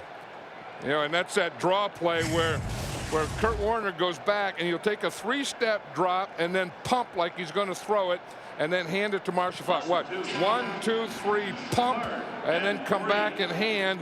Dwayne Rudd, number 57, read it all the way. Didn't go for the 1, 2, 3 pump, just went for the draw. He's one of the guys that's supposed to affect the linebackers. But he had seen that play on film and in practice, and he didn't go for it one iota. On third down. Pass is caught by the tight end, Roland Williams. And Williams gets down to the 15. Let me just see that formation again, because I saw Roland Williams at practice the other day, and he said, draw me up. He said, if I make a play, he said, draw me up. He said, I want to be drawn up. So here he is right here. I'll draw him up. He's right here, and he's going to come across right here. Now again, you think of the backs, you think of the wide receivers, and they don't throw a lot to the tight end, but here I'll draw him up twice. So he got drawn up. Yeah. He got his wish. First and 10. I met his grandmother. His grandmother was at practice yesterday. Roland Williams' grandmother. Faulk hit behind the line. Kylie Wong tripped him up. Hitchcock out of the game for Minnesota. No game. Well, Jimmy Hitchcock is the right corner.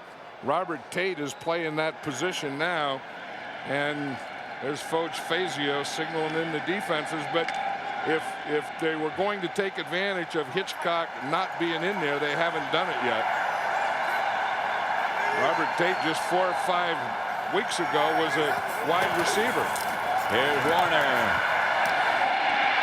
Gets it upfield to Ricky Prohl, who crosses and gets a first down, crosses the 5. Now, in this play here, Ricky Prohl was a third wide receiver. He's in there as a fourth wide receiver, too. That time he comes in motion, and Dick Vermeil told us yesterday, he said, anytime you see Ricky Prohl in there as the third wide receiver, not the fourth guy, we are going to go to him. He is the #1 target. They're going to measure.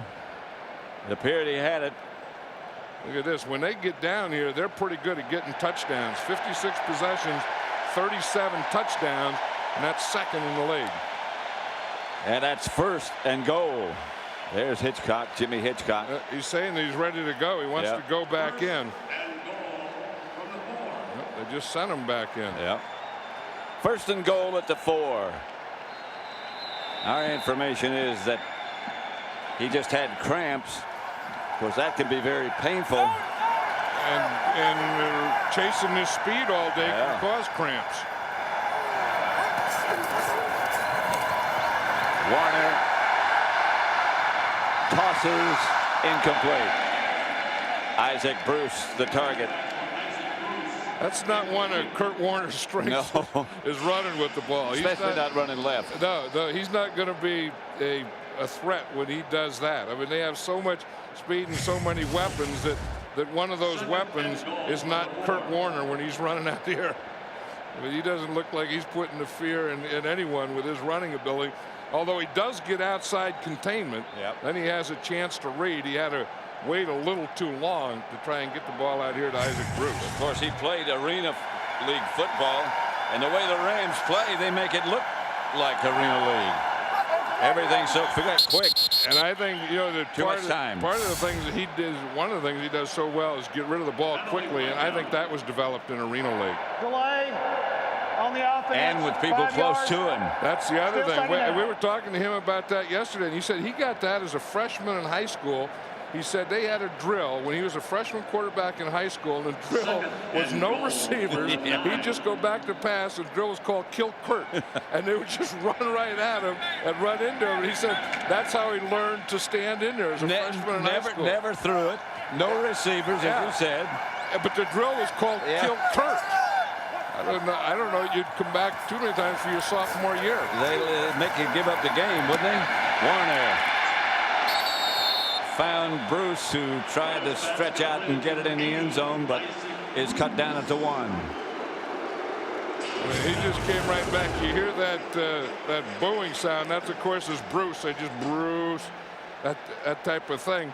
But you see the time that he has now. You know, we talked about that pass rush that the Vikings were starting to get in the second quarter at the end of the half. They don't have it now because Kurt Warner had all kinds of time to find this. Number 50 lined up on the left of the offensive line is eligible to catch a pass. That's Ryan Tucker, the extra tight end. It goes to Faulk, and Faulk hammers in the end zone, touchdown.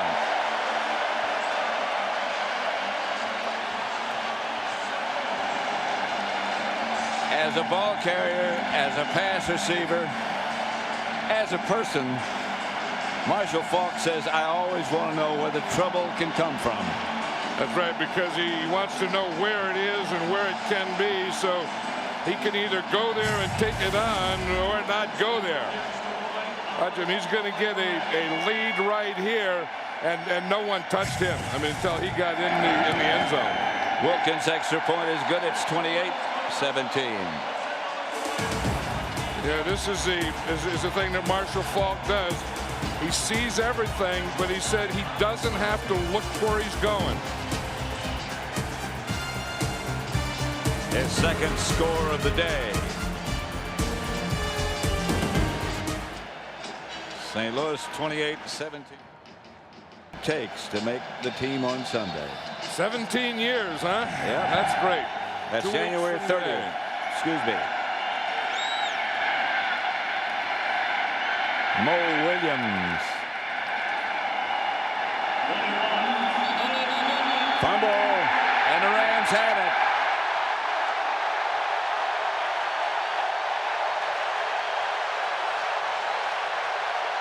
The Rams come up with the ball. Look at this crowd. This is the first playoff game that they've had here in St. Louis in their history.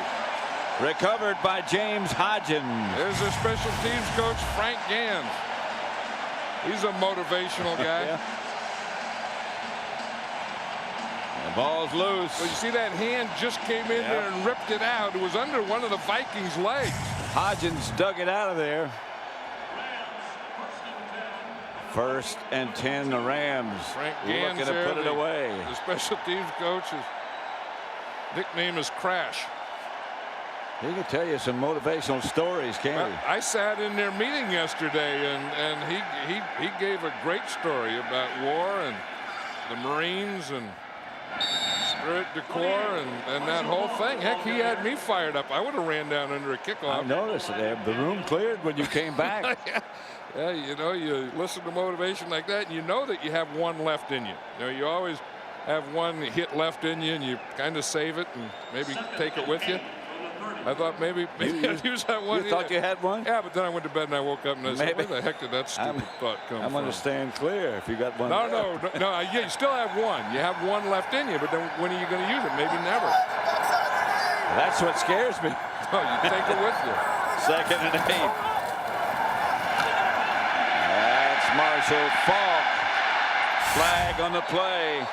Faulk is knocked down by Wong, but there's a flag on the play. And the flag is back here, and it's going to be holding. It's probably against Roland Williams. I don't know if you'll want me to draw him up on that one, but he was a guy I said, you know, sometimes they hit their heads or put their arms out. 60, offense, 10 yards, repeat 2nd down. That's the center, Mike Grudadoria. But it was way back. It was they blitzed up the middle is what they did, and then Marshall Faulk got to the outside.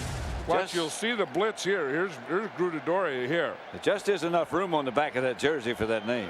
And he just picked him up right there. In fact, he got Dwayne right. He grabbed him with his left hand, but that's what they did. They ran a split 6 blitz where you blitz those 2 A gaps. Marshall Faulk saw it and bounced it to the outside. Grudadoria just grabbed Rudd. 2nd and 18. All right, I got it. Got a long way. And here's Warner back to throw. Has plenty of time and has a man wide open. That's Torrey Holt, who spins up for a 1st down.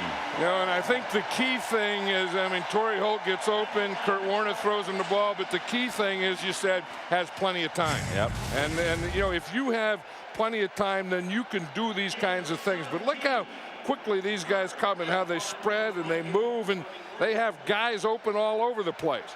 But here's what it is. It's right here. It's this offensive line blocking and forming the pocket and giving Kurt Warner that kind of time.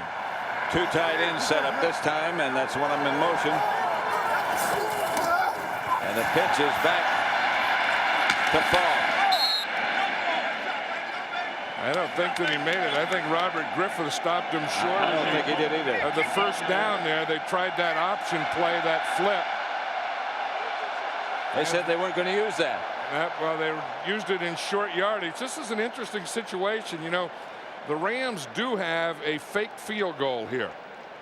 And you know, whether you call it or not, I think this if you could get a fake field goal here. This is a good spot for it. Yeah, but I don't think they got the right defense for it. I think they'll kick this one. 42 yards out is Wilkins. Not good. No good. Didn't look like he hit it quite flush. 28-17. The Rams lead. Nevertheless, 5:42 left in the 3rd. Now that time I heard you.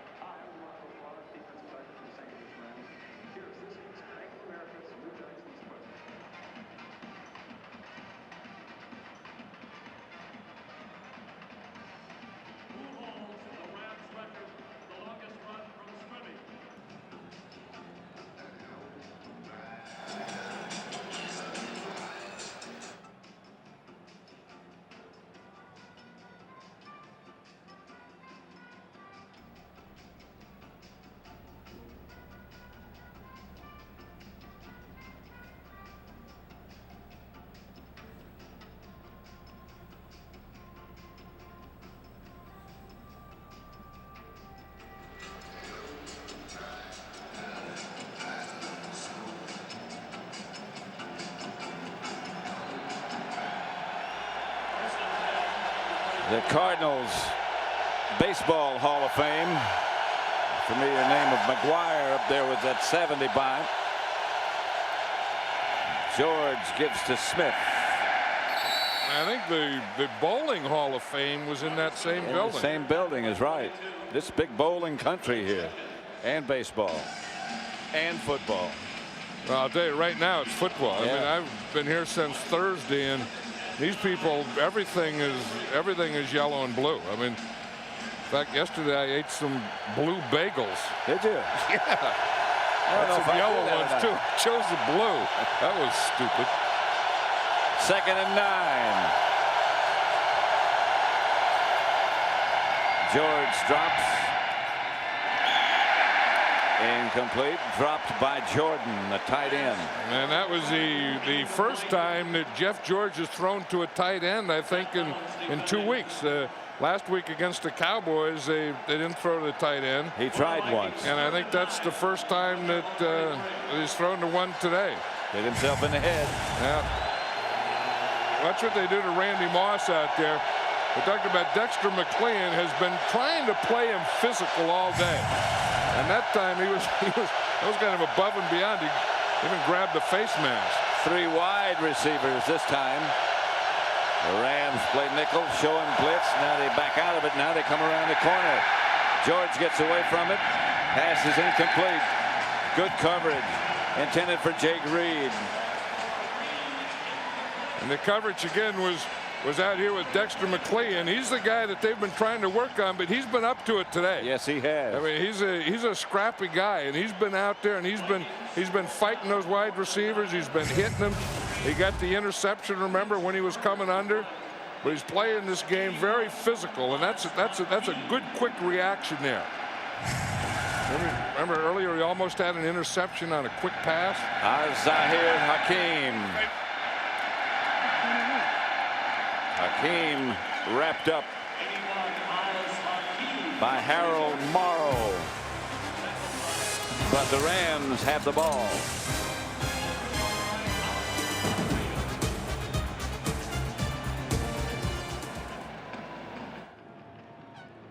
Ladies and gentlemen, please focus your attention to the scoreboards as Southwestern Bell presents a great connection.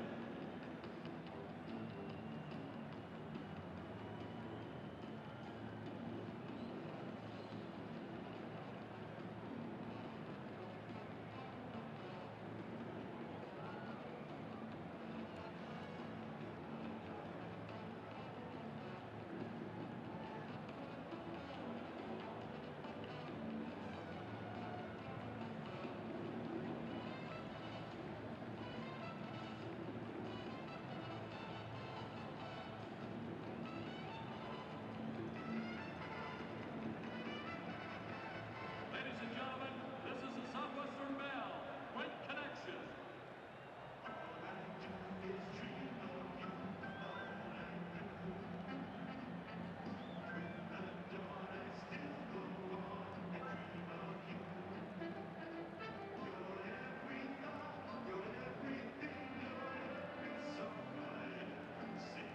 For those who must design trucks to compete with Dodge Ram, there is no rest.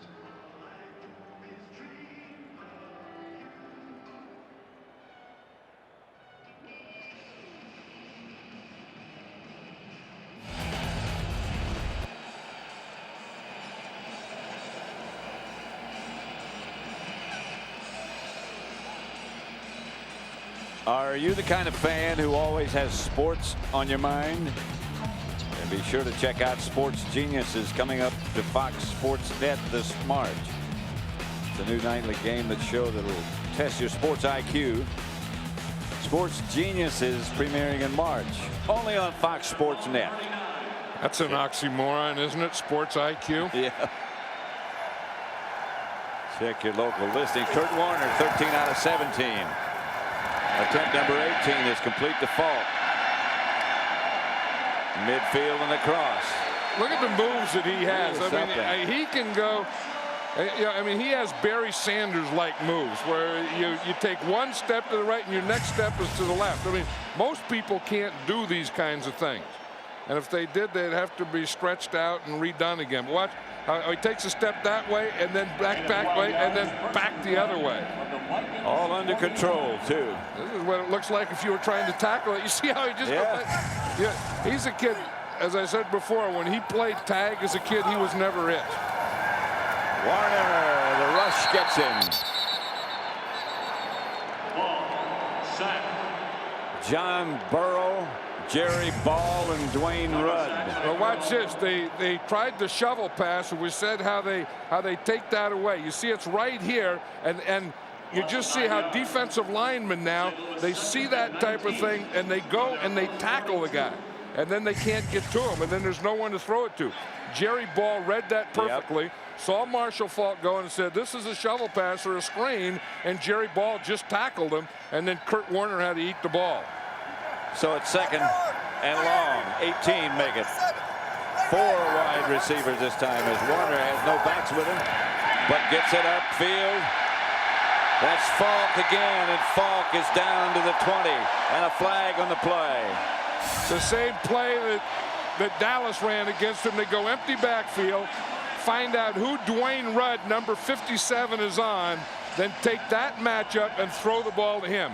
That time, Dwayne Rudd was on Marshall Faulk. And he can't cover him.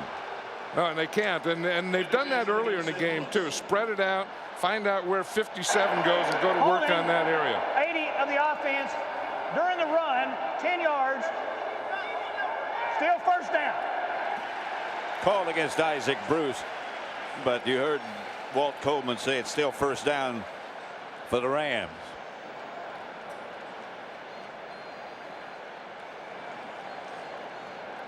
One thing about these Ram receivers too is they do block, and you saw how they get that thing spread out again, and we'll see it again, I'm sure, because they've done it earlier. The Cowboys did it last week. Is get them spread out, then find out who the linebacker's on, and just let him go. Amp Lee has taken the place of Marshall Faulk. He's a deep back. Warner fakes, throws it to the other side to Torrey Holt.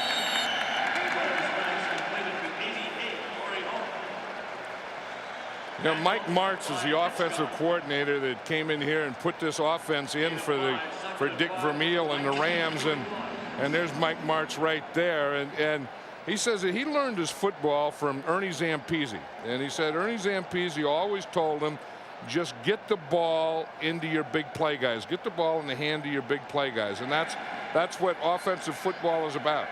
And you can just see he has so many big play guys here, and he has different ways of getting their hands on the ball.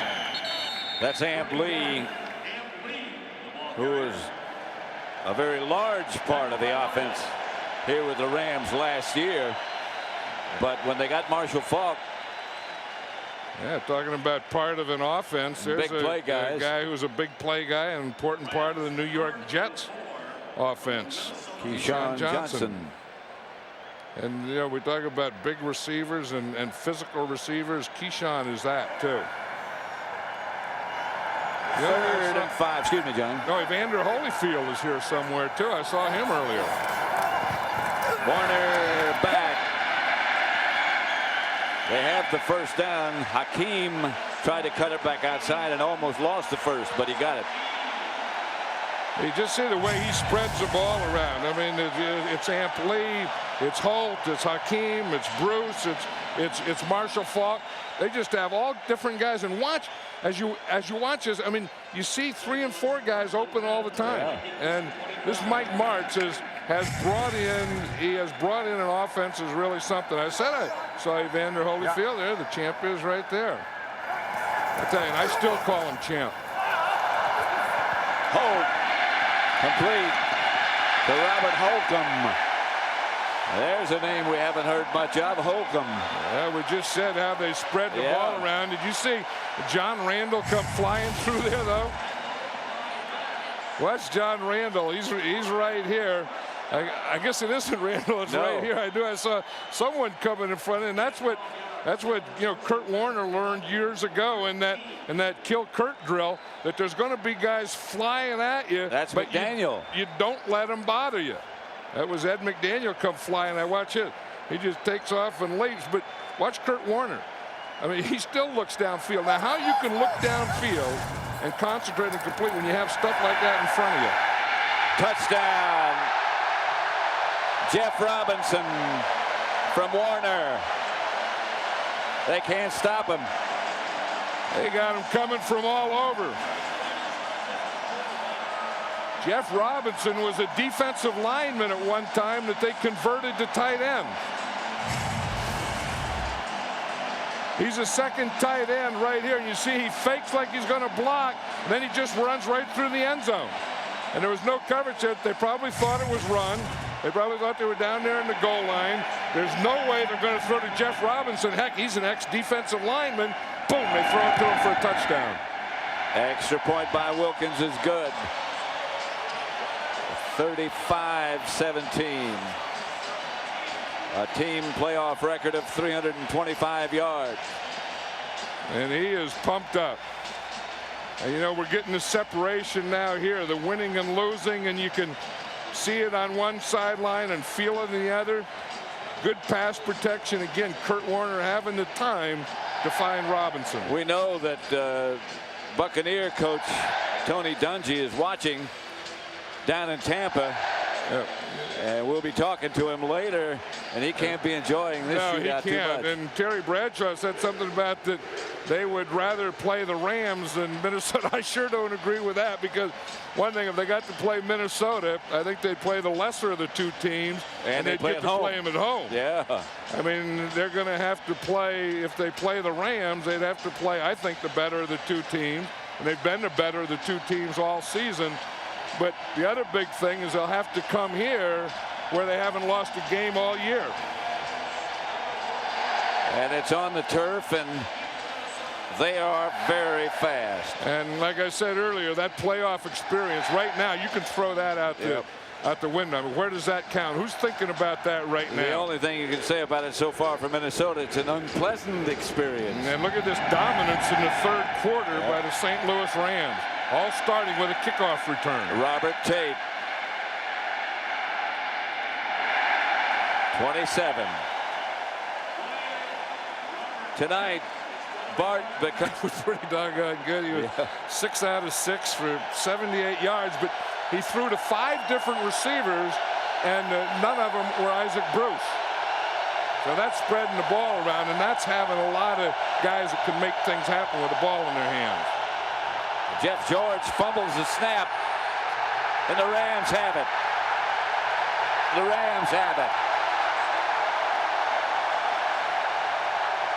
DeMarco Farr comes out with it.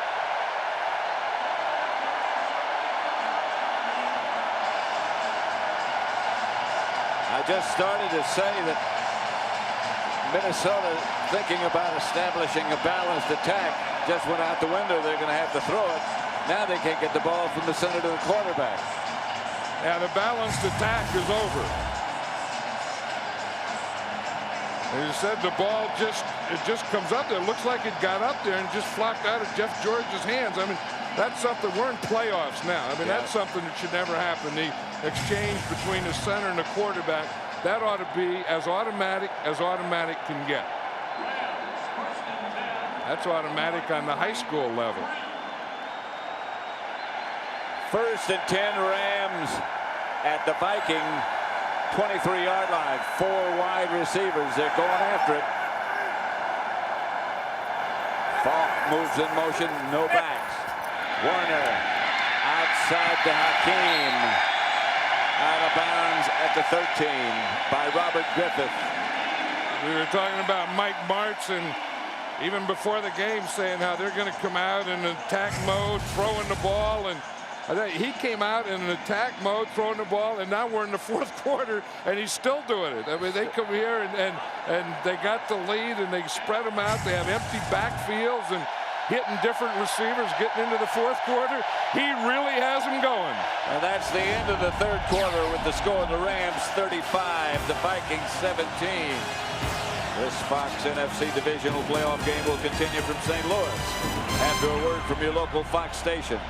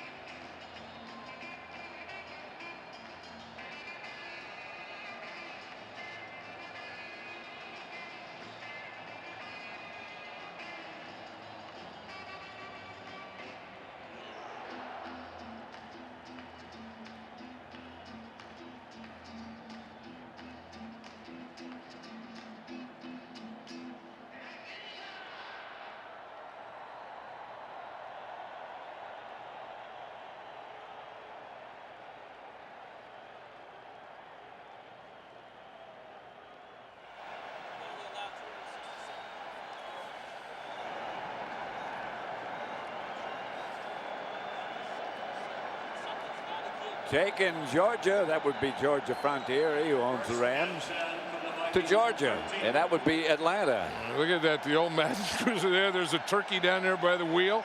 Yeah. Doesn't have enough legs, though. I'm standing out there waving in the back. It's a cartoon. Warner. Sidearms one down to Torrey Holt. He gets to the 5. Warner has a hot hand now. He's 12 out of 13.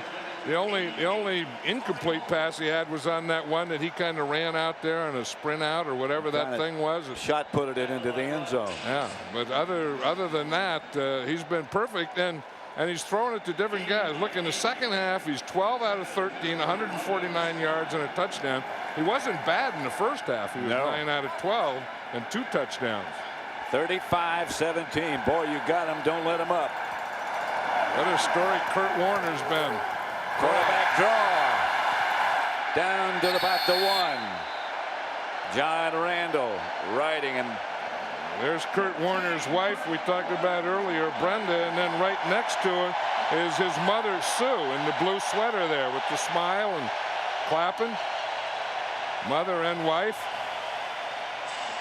They're really happy. I mean, what a year this has to be for them. Wow. You know, to live it. That's some story. And no one could see that coming. I mean, no one could see the team coming. No one could see Kurt Warner coming before the season. Warner. He reported, checked in. That's Ryan Tucker, number 50, who made the touchdown catch. Yeah, we were at practice on Friday, and they were throwing it to Ryan Tucker, and he's a backup offensive lineman. A couple weeks ago, he played left tackle for Orlando Pace, and I was watching that, and I said, oh, they just do it in practice to make them feel good, to have some laughs, and I'll be doggone if they didn't do it in the game. But this is when, here he is, here's the old offensive lineman there, fakes, blocks, and no one's going to guard him. I mean, if you're number 60, no one's going to block you. No one's going to guard you if you're number 50. New weapon. Extra points good. Yeah, we talk about all their weapons. We have to add Tucker. Yeah. 13:36 left to play.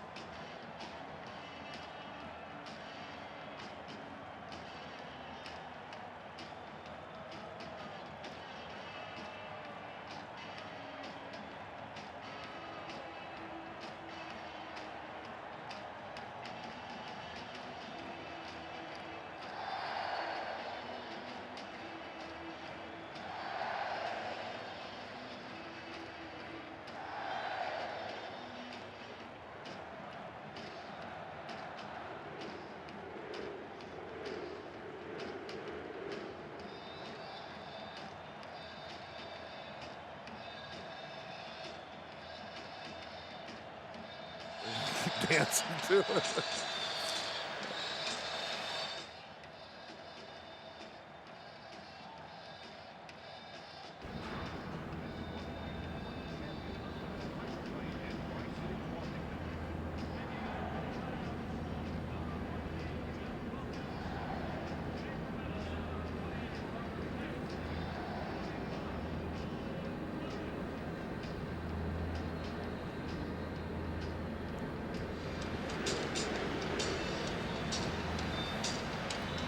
The old-time delivery truck. You ever drive a delivery truck? Yeah, I did, but I mean, not an old-time one like that. I used to be what they called a lumper. I was a lumper. A lumper? Yeah, a lumper. You're the guy for meat and for beer, and you're the guy that carries it in the store. Ball was loose. There may be some foreign objects under there. There's stuff going on. Pointing like they got it back. But I think it was down this time. You can see it in Chris Dolman's face there. He's been a great player for 15 years in this league, and one of what, 4 with over 150 sacks. Yep, he retired last year, and then the Vikings brought him back, and he came back to the Vikings because he wanted one more shot. He'd never won a Super Bowl and wanted a shot at a Super Bowl, and if he gets it, then that would be the end of that dream. And if he doesn't get it this year, he's going to retire, and this could very well be his last game. Could be. Started off with the Vikings, finished with the Vikings. Screen pass to Smith, dragged down from behind by London Fletcher. Read it perfectly. London Fletcher's nickname, he calls himself, is .com. He said, you just put me on a line and I go get it. His old .com. Yeah. And he was .com on that play. He calls himself a lot taller than he is, too. No. He wants himself shorter because they tried to give him 6 feet and he didn't want 6 feet. He said there's some advantages to being short. One, they can't always see you. And 2, you're always in a hitting position. So far today, he has 9 tackles and 1 sack. Here's Jeff George. Firing up the middle to Chris Carter, incomplete.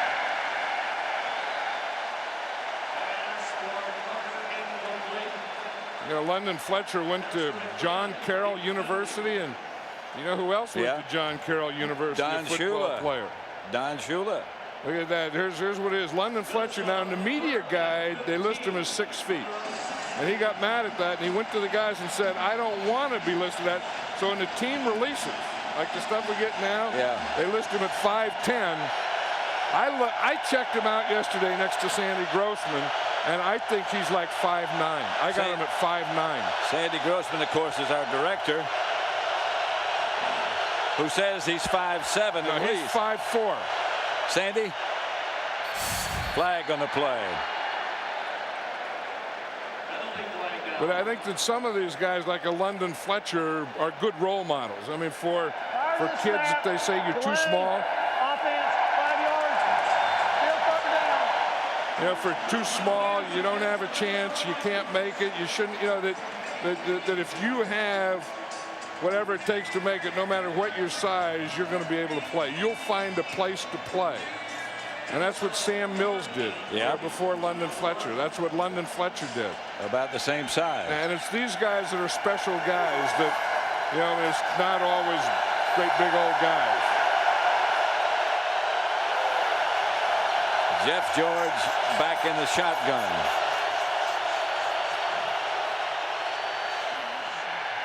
Incomplete. Somebody hit his arm just as he let it go. Clemens hit his arm. And they will have to punt. Clemens is there, and Wistrom is there. You see, here's Clemens coming from his right side, and just as Jeff George went to throw the ball, Clemens hit his right elbow. Watch his hand come, and it's going to hit his elbow just as he releases that. Anybody who says that bye week doesn't mean anything doesn't know anything about this game, because the two that had the byes won yesterday, and the bye recipient is going to get win today. I mean, the Rams are the better team, but don't they look like the fresher team? The fresher, too? that's what I'm talking very about. Fresh. Yeah. The Rams lead 42-17.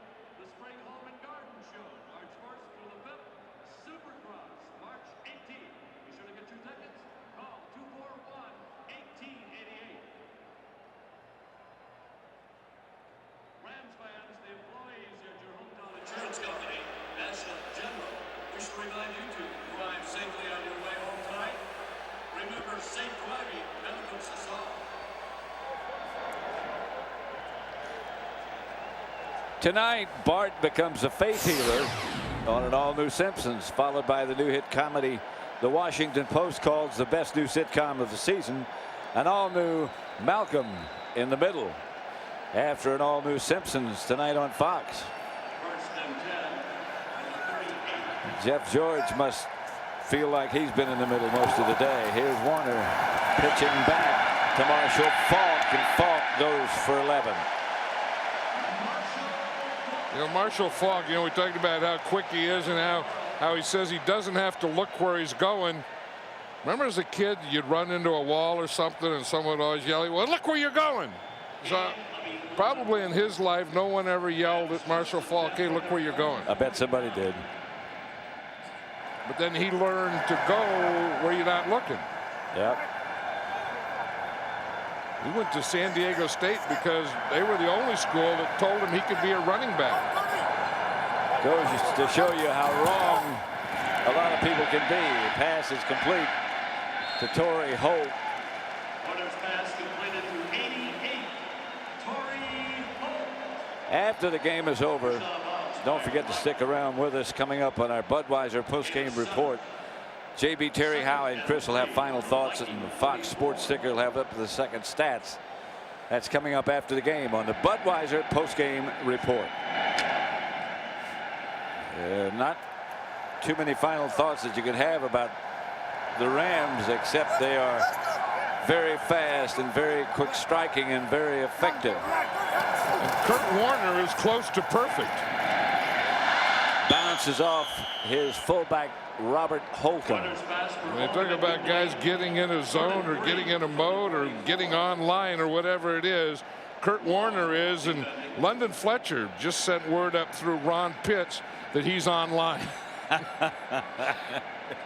don't know how long it took him to get online, but he said he's online now, so that's his nickname .com. I remember having dinner with Dick Vermeil last summer, and they were just about to come out of training camp, and he said, if nothing happens to my quarterback, we'll be pretty good. At that time, the quarterback was Trent Green. This guy is pretty good. Catch by Hakeem. Difficult catch. And you talk about a guy that is stuck with it. I mean, here's a guy that in college didn't play until his 5th year. Then he went to Green Bay, and he was just kind of a camp guy. And then he went and played in the Arena League. And then he went and played in Europe. NFL Europe. Yeah. And then he was a backup. And then Trent Green goes down, and they say, Kurt Warner here, the job is yours. And the guy has been amazing. There's Trent Green. Amazing thing is, when Cleveland started picking in the expansion draft, he was exposed. They could have had Kurt Warner. Yeah, so now the Rams can't say, well, we knew Kurt Warner could always do it because they wouldn't have exposed him. That's Holcomb. 25. Robert Holcomb. You want to see how Kurt Warner got to where he is today? This is how he did it right here. College, Northern Iowa right there. Then he went to the Packers. And then he plays for the Iowa Barnstormers. Then he goes way over here, like, way over there, Amsterdam. You would have had a tough time doing all that. I wouldn't have done it. I wouldn't have done it. Then he comes back and plays with the Rams. No, I could have played for the Iowa Barnstormers. Yeah. I couldn't have played over there in Amsterdam. I couldn't get there. A lot of cornfields out in Iowa. There's Warner. Pass complete. Hakeem. That's where that kill Kurt helped. I mean, he was getting him. Jerry Ball was right down there on him, just bearing down, and he just stood in there. I mean, it's a blitz, and you're going to see the Vikings are coming after Kurt Warner now. Here comes the blitz, and he just stands in there. Watch, he steps up, throws that thing, takes a hit. No matter what you do to Kurt Warner, he has not become or come close to being unraveled. We're talking about the two most impressive things about him is how quickly he gets rid of the ball and how he stands in there. There's another thing very impressive about him, too, and that's the kind of person he is. His story, if you haven't read it, read it, because it's great. Inside the 5 is Ernie Conwell, and I think somebody got him by the face mask. And that's going to be like the 10th guy that caught a pass, because we just had a graphic showing 9, and now Ernie Conwell comes in, and he's the 10th guy. So One thing about Kurt Warner, he is going to spread that thing around. And there gets to be a point now you can see these Vikings now. Face mask, grasping and twisting. 52 of the defense. Half the distance to the goal. There's so much freshness about the Rams. There's so much newness about the Rams, and they're so enthusiastic. It's great to see.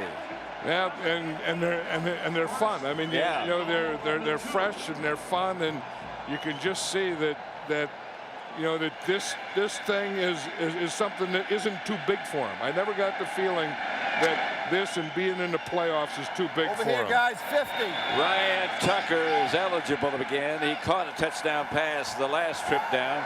This time he's lined up on the left. Watch 50. He's a weapon. They'll be doubling 50.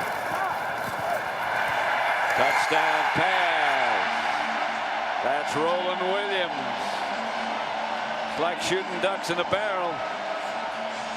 And like I said, whatever that thing is that you get in, Kurt Warner is in it. You call it a zone, don't you? I don't know. I mean, the zone. I've never been there. I've never been anything like this, but this guy is hot. That's a 6 different Ram with a touchdown today. Whew. Well, we watched Jacksonville overwhelm Miami yesterday. The Vikings, don't forget, led this game at the half. There's mom and wife and center's wife.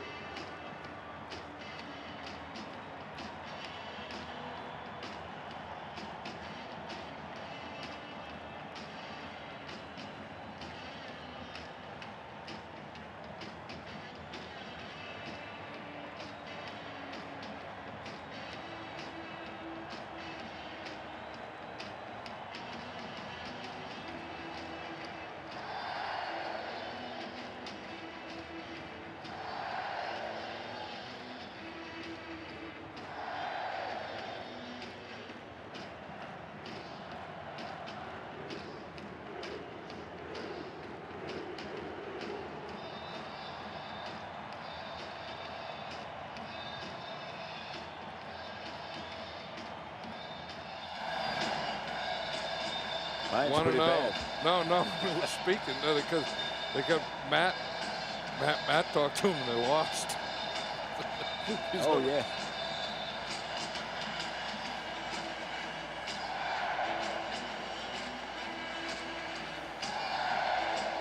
(49-17), the St. Louis Rams. First playoff game ever in St. Louis, and they've made it a happy experience, haven't they? If you waited that long for something, you might as well make the most of it, and I'll tell you, they are making the most of it today. Wilkins has had a lot of practice kicking off, but Tate's going to bring it out of the end zone. Coverage is good at the 20. Let's go down to Ron Pitts. Well, Pat, all year long, the one thing the Rams have heard consistently is that they haven't played anybody. Even when they won, that's been the same old theme. Well, the Rams players were down here just a few minutes ago screaming, hey, I guess we still haven't played anybody. Back up to you, Pat. Well, the second half, it looked like there was nobody else out there. You know, and I never believed that one all year. That, you know, when there was a point from the middle of the year on that you could tell that the Rams were one of the better teams, and then the last 5 or 6 weeks you could tell they were the best team in the NFC, and I didn't think that schedule thing, I thought that was a bunch of baloney, and I thought not having any experience in the playoffs was a bunch of baloney. The Tampa Bay Buccaneers, of course, beat Washington yesterday, and they'll face the winner of this game, and Tony Dungy, the winner of that victorious team yesterday. is listening, and I wonder what your thoughts are, Tony. Well, I'll tell you, Pat and John, these guys look very, very impressive. They're playing with a lot of confidence, and they have so much team speed all over the field. You see it on offense, defense, and special teams, and it's going to be a big challenge. Yeah, well, you started today, Tony, and again, congratulations on your win yesterday, but you didn't know who you were going to play or where you were going to play, and I think now we can say you know who you're going to play. You're going to play the Rams, and you're going to play them here. What are your feelings? What do you do next, like when this game is over? What is the first thing you're going to do to get ready for the Rams? Well, we actually graded our film this morning, and we kind of started up on the Rams because we'd played Minnesota twice. So we started working on them. Our players will actually have the day off today, and then we'll come in and get a normal workout in tomorrow. But we've got to take a long look at them because we don't know a lot about them. Well, I'll tell you one thing. On offense, they give you a lot of sets with a lot of different guys handling the ball. They really do look impressive on offense, and they've got some great skill position guys, and they move them all around, and they seem to get the ball to them on the run, and they can do things with it, especially on that AstroTurf. Well, will your coaches start working on the Rams tonight? Yeah, we'll actually start this afternoon just looking at a little tape, breaking it down, and seeing what we can come up with. Will you do some work on the artificial turf? No, we've played on artificial turf a lot, and we've played up in Detroit in the Dome. We played in Seattle, so that won't be a big problem. And we've got a speed team also, so we hope that surface helps us a little bit. Well, Tony, thank you very much for this, and congratulations again. All right, thanks a lot. See you guys next week. Okay. Okay, Tony, thanks. Tony Dungy.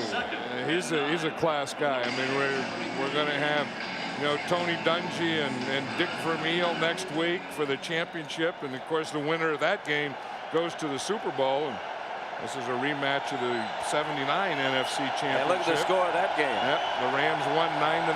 I did that game. It wasn't the most exciting. Well, when you don't have any touchdowns and 3 field goals, I'll guarantee you it won't be that kind of game next Sunday. Jake Reed made the catch. They say he was shoved out of bounds by the defender. Yeah, what the rule is if his feet are in the air and he would have come down in bounds, but is pushed out by the defender, it's in bounds. He's in the air, he would have come down in bounds and is pushed out of bounds, so that's a good call. Although it looked like the one official was saying no. Yep, he was. And I think the other official overruled him. 1st and 10. The Vikings inside the Ram 20. Smith. Not much. Again, a reminder that coming up on our Budweiser postgame report, JB, Terry, Howie, and Chris will have final thoughts, and the Fox Sports sticker will have up to the second stats. And that's coming up next on the Budweiser postgame report. There you win the old .coms online, and he's staying online.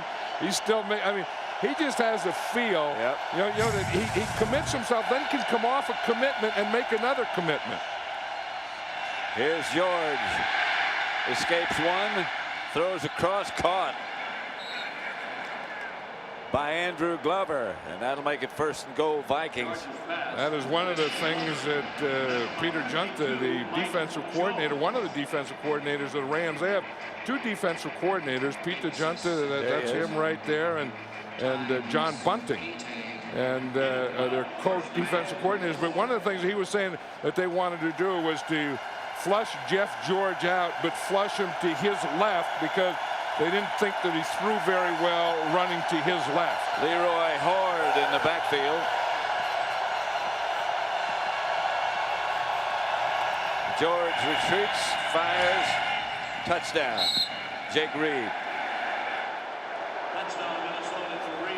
And Jake Reed's been around a long time, and he knows there's no need in celebrating that. I mean, he just kind of threw that one down and walked back to the huddle or walked off the field because that's going to be too much too late. But Jeff George can still zip it, can't he? Yes, he can. I mean, he's in there, and that ball doesn't stay in the air. That's slow motion. That ball doesn't stay in the air long. And Jake Reed just reached out and caught that ball with one hand. But he's kind of being held by his left hand, and he just sticks the right one out and catches it. It's going to be 40. Well, they're going for 2. Would you consider this a shootout?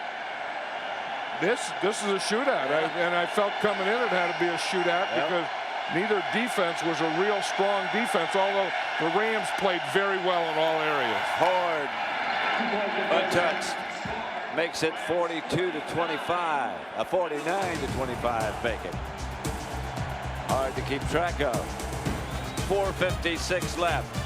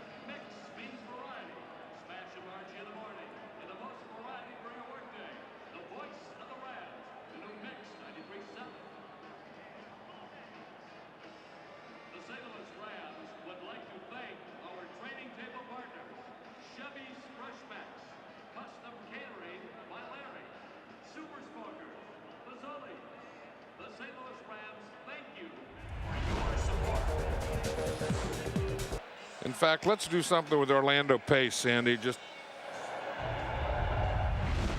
Yes, I do.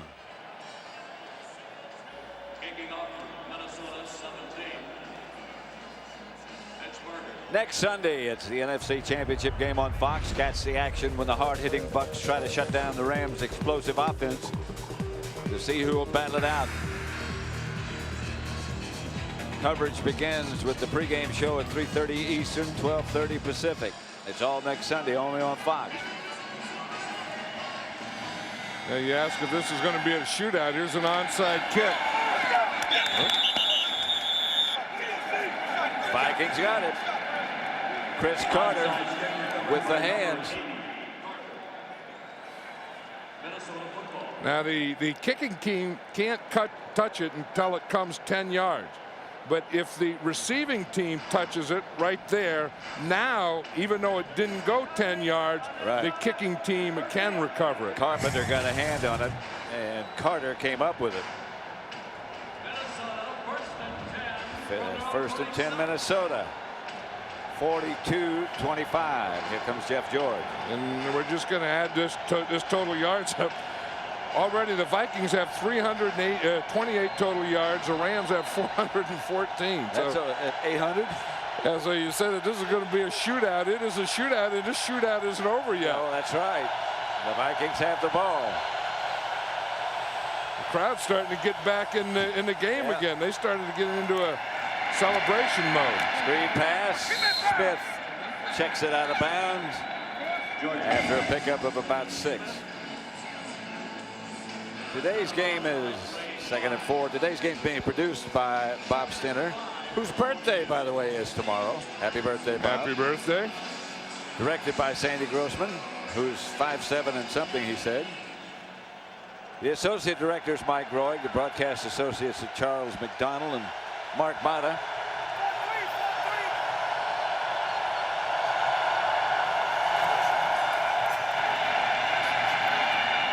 Pass is complete to Smith. Stumbles around. Might have gotten the first down. Dre Bly. If Sandy's only 5'7.5", all of that 5'7.5" is talent, wouldn't you think? I had him 5'4". Oh, well, it's still talent.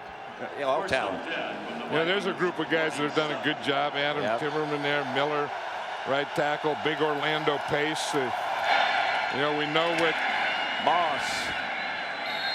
And we know what Kurt Warner did. I was just saying what Kurt Warner did in the passing and all that. But that offensive line of the Rams did a good job of protecting them. 2nd and short. George spikes it, stop the clock. Technical producer, and he always does a marvelous job. Bob Butler. To our spotter Wayne Fiddleman. Statistician Rick Odioso. And our stage manager Rich Nelson. We thank them. They also always do a wonderful job. Right. Thank you very much. And to Tom Yohe, who's helping us in the booth today. Thanks to him. Technical directors Joe Abenda. Audio supervisors Fred Aldis. Flag on the play. The engineers Marty Ibeck. Pre-game show is produced by Scott Ackerson, directed by Bob Levy. Randy Moss. And the hands go up. That's a that was a free play. What happened is the Rams jumped offside, so there's going to be a penalty on that. But I think it was a free play for the Minnesota Vikings. Jeff George saw it, and he just threw it down to Randy Moss. This will be a touchdown. Penalty is declined. It's a touchdown. Pre-game show produced by Scott Ackerson, directed by Bob Levy, senior producer Bill Brown. Let's look at that touchdown. You see the jump there, so now the whistle doesn't blow because the defender didn't keep going unabated to the quarterback. He tried to get back, so now Jeff George knows that he has a free one, and even though Randy Moss is being double covered, he just throws it up there for the touchdown. So now we'll get another go for two, then we'll get another onside kick. I couldn't score this many points in a pinball game. There's a timeout. 30-second timeout. Senior producer at Fox Sports, Bill Brown. The executive producers at Fox Sports are Ed Gorin and David Hill. And we had celebrity bus this morning, didn't we? Yeah, they were all there today. Darrell Waldrop, Keyshawn Johnson. There's Jim Hannafin. Now there's an old line coach, Jim Hannafin. You know, been around. Remember all those years with the Redskins and the Hogs, and here with the Cardinals. He was the head coach here of the St. Louis Cardinals, and one of the good coaches in football, one of the top assistants, and one of the real good guys. We've said this before, but he led the nation in pass receiving. Yeah, he was college. He was a receiver at the University of California in Berkeley. You look at him now, who would have thought? I'll tell you, he remembers. Jim Hannafin, he can take the longest time to tell a story of anyone in the league. 49-31. George throws, pass incomplete.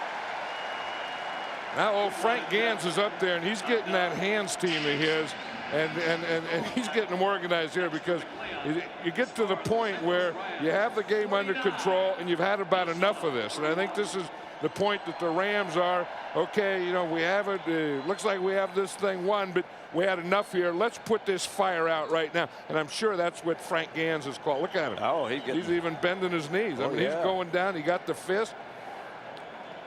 Tell him, let's load this wagon. Don't worry about the horse being blind. See, he thought that they gave him that last onside kick, and then they got a touchdown out of it. And I'm sure, you know, okay, we did some good things today. We did some average, and we did some bad things, but let's get the fire out. And they just fought a battle in that huddle, I guarantee you. Hand to hand. Yeah, old Crash was down there. Crash had his knees bent and his fists doubled up. This is going to be another onside kick. This is the onside kicking team of the Vikings. And to the left here would be what you call the onside prevent, or a hands team of the Rams. 49-31, 3:48 left.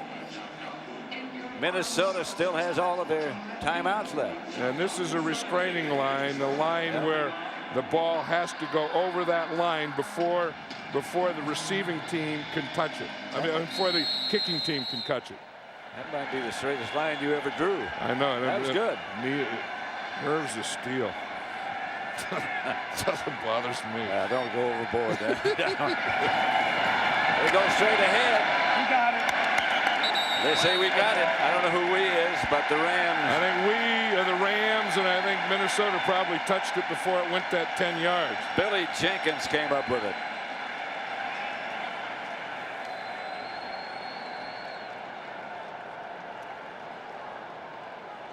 So now Frank Gann's old crash ought to be happy now because his special teams did put out that little fire, and that offense can get back here and run some time off this clock.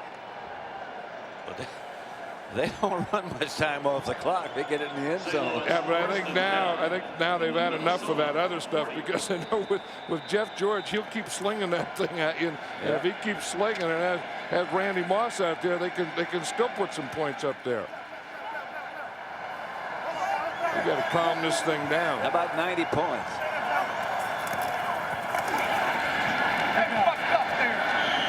Tackle for a loss is Marshall Faulk.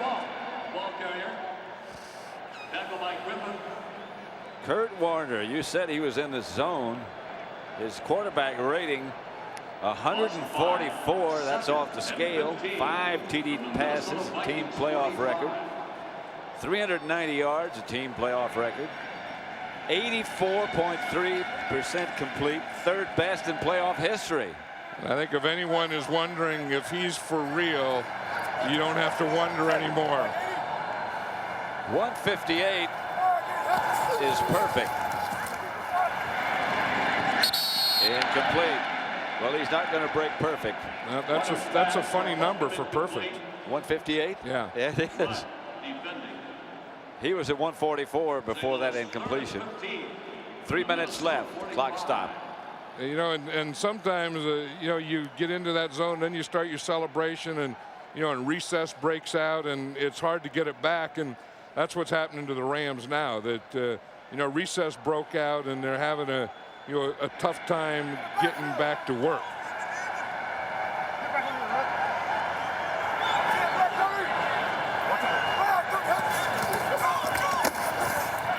Inside trap handoff. Flag on the play. Faulk was the ball carrier, didn't go anywhere. And I would think if it's against the Rams, I would think that Minnesota would turn it down and make them punt. Face mask Just against the Vikings. Well, it's not against the Rams. Face mask, defense, number 56, 5 yards, repeat, third down. Dolman. You know, we talked about a shootout, and you know, this is going to be a shootout, and these are the kind of numbers you get right here when there's a shootout. Gonna be. Look at it. No, I mean, before you think, I mean, you look at these two teams and you say, with all these weapons, there's going to be a shootout, and then right there are numbers of a shootout. Well, this qualifies. 3rd and 10.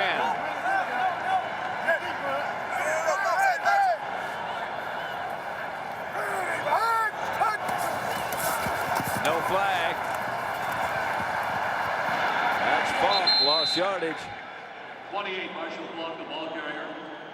Yeah, now I'm sure everyone's saying, why didn't the Minnesota defense play like this the whole game? And the answer is the Ram offense didn't play like this the whole game. The Ram offense played with the sense of urgency that the Minnesota defense is playing with now. Well, they came out in an attack mode, and they attacked the whole game, and then they put it into glide here, and we're seeing the Rams in glide, and the Minnesota Vikings in that urgency you're talking about that says, you know, when we lose, we're out of it. And you know, there were 8 teams in the playoffs coming into this weekend. 7 of them are going to lose their last game, and that's the toughest game, because you don't have a game the next week, and you have to live with that loss for 6 months. Well, Red McCombs, who's a great guy, the owner of the Vikings, in his 2 years of ownership, he got beaten in the championship game by Atlanta last week. This week, he makes it almost to the final game. Yeah, last year he got beat by Atlanta. Last year, I'm sorry. Did I say last week? last year, and they were all ready to go to the Super Bowl. Start, 56, offense, 5-yard penalty, still 4th down.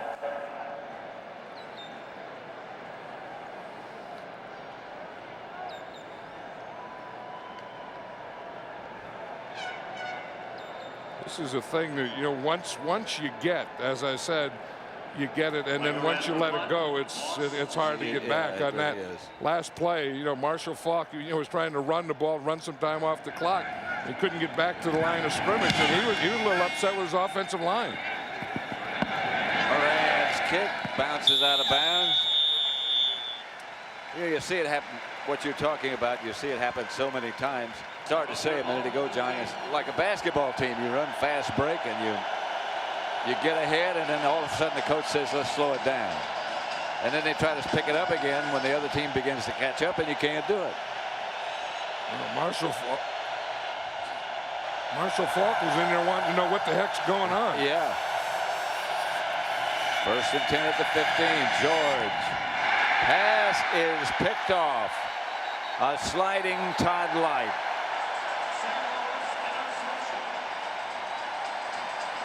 Now they're saying he didn't have it.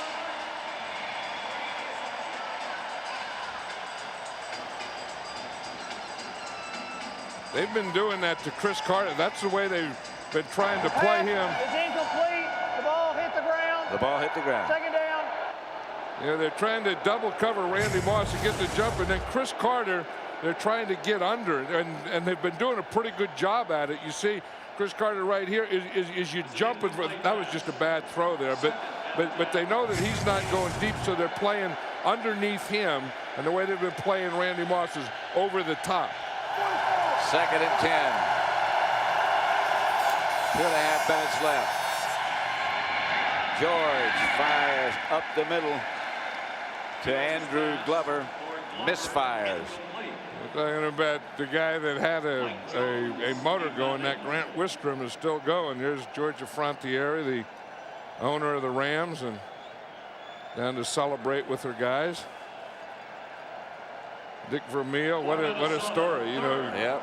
Last year he was too old. He'd been out of the game too long, 14 years. The game has passed him by. He was too tough at disciplinary, worked him too hard, and now he's a wise man. Yeah. Coach of the year. George had a man open, Matthew Hatchett, and overthrew him. I remember Dick Vermeil when I first started coaching, Pat. We used to go to coaching clinics, and they'd have, you know, coaches from the big colleges would talk, and we'd all take notes. In fact, Mike White would be there. He was the guy right next to him, the assistant head coach there. And we'd all take notes, and then we'd go back and we'd teach that stuff. But, you know, like big old linemen like me, we always had sloppy notes. You'd put them in your back pocket, you'd sweat them, you'd spill something, you'd lose them. Dick Vermeil took the neatest notes, and then you know what he would do for nothing? He offered that he would, if you would just leave your address with him, he would send you a copy of his notes. And he did it for every coach in the state of California. Flag on the play as Hakeem fields Berger's punt.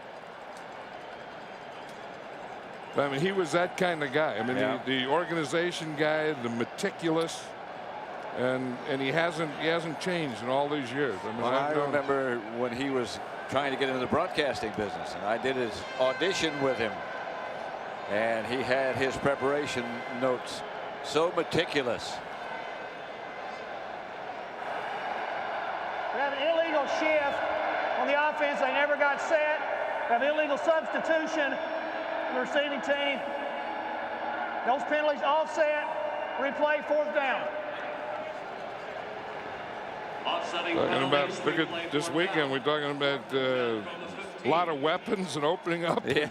176 combined points. I guess Dick Vermeil was the guy who coined the phrase burnout when he left the Eagles. He was sleeping at his office 3 days a week.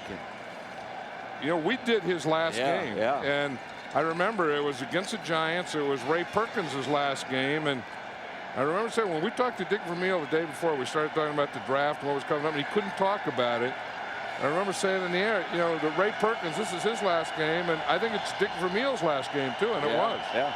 I remember Ray Perkins when we met with him, said, I want you guys to meet the guy who's going to take my place. And he took us in and introduced us to Bill Parcells that day. And what a coach he's been for a long time, huh? Here's Jeff George. Pass is caught by Jake Reed. Well, they brought Devin Bush. They were going for it. They had to. Devin Bush is a free safety, and he stayed back a little too long. Had he got a better jump on it, he would have got to Jeff George before George threw that ball. That ball was almost picked off. It just, one of the Ram defenders flashed by just before Jake Reed made the catch. 1st and 10, nevertheless. I mean, the Ram defense is trying to get back in here and go, and they're bringing, blitzes, safety blitzes now, just a 4-man rush. George, deep to Moss. No flag. They got their feet tangled up. Dexter McKeon was back there with him. Moss is saying, hey. They don't count that tripped up feet. No. They don't count that as a penalty. At one time, I think they used to call that. Yes, they did. But now when they get tripped up, in fact, I don't see the feet getting caught. I don't see anything happening there. Except he fell down. Yeah. Dexter McLean has played well, though. I mean, he's a scrappy guy, and he's been scrapping against those two wide receivers all day. Randy Moss most of the time. 2nd and 10. The flag came out. Penalty flags. But those two corners, both of them have done a good job. I don't know if that's not against Randy Moss. Unsportsmanlike conduct on the bench of the offense. 15 yards. Still 2nd down. It was the official that threw the flag, Pat. He was on the Vikings sideline, and he just came out and just threw the flag out of there. So someone either did or said something to him over on the sideline. Moss was on the bench. And it could have been him because he was still upset about not getting that call on that deep one. But it was someone because it was the official right in front of the, Viking bench. I don't think it would have been Foge. Foge would be, if his defense were in, it could be Foge. Yeah, it could be. Yeah, I would. Somebody called somebody an unpleasant name. And I don't want to say who it was, but if I had to guess, I would guess it was Moss because he was the guy that the play was called on, and he was still over there.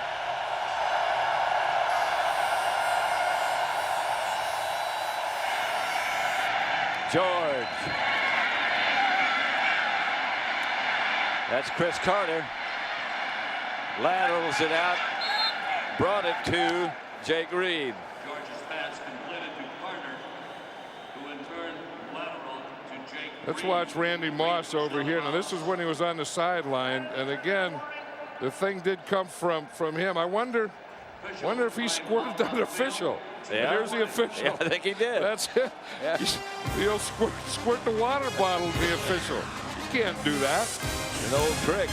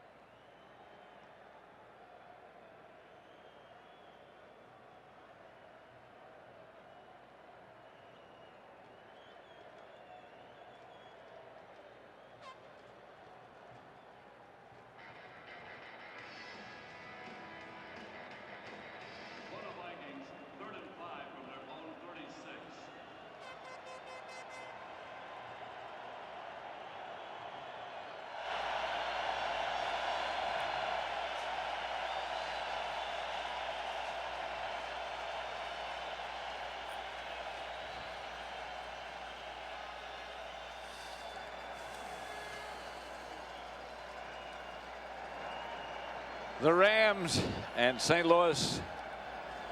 The Rams' first playoff since they've been here. And St. Louis' first playoff game ever in the NFL.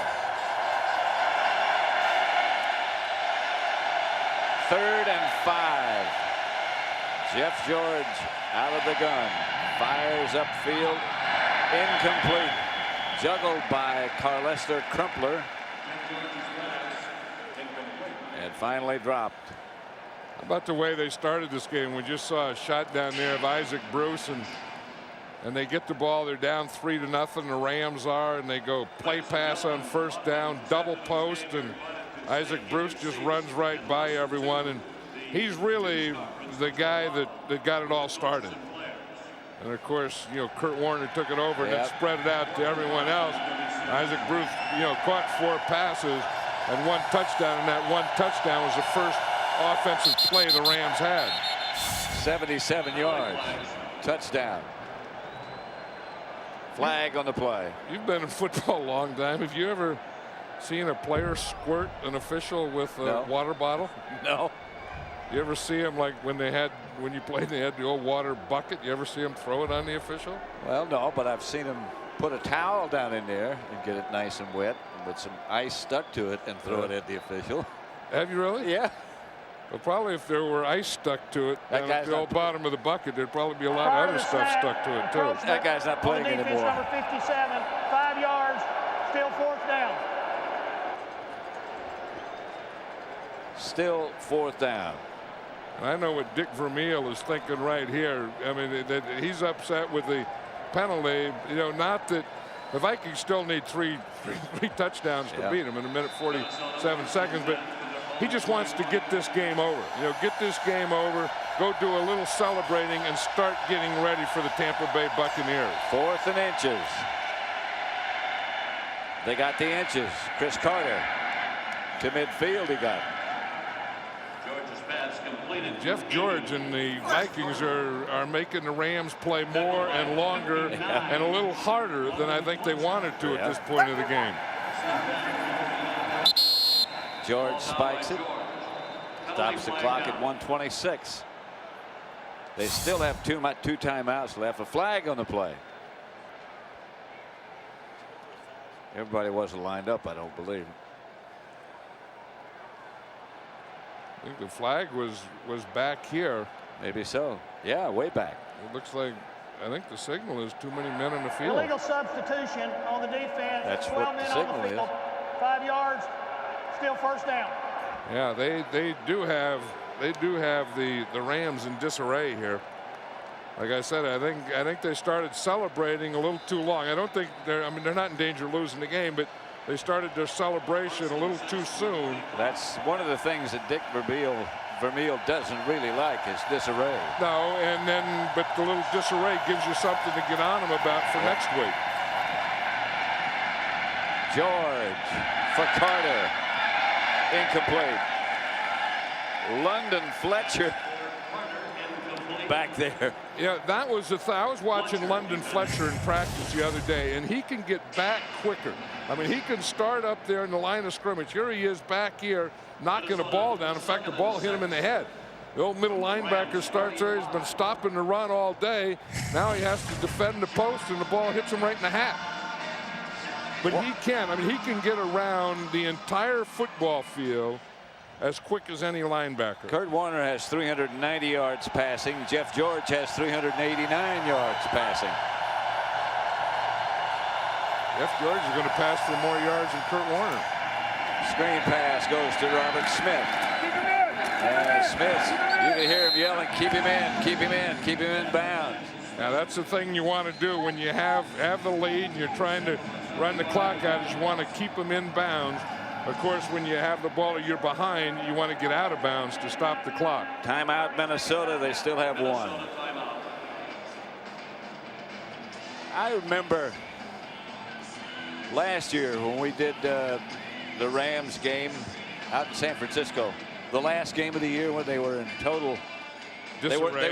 They weren't very good, but Dick Vermeil at that time even was praising London Fletcher, saying this guy is a player, he's going to be good.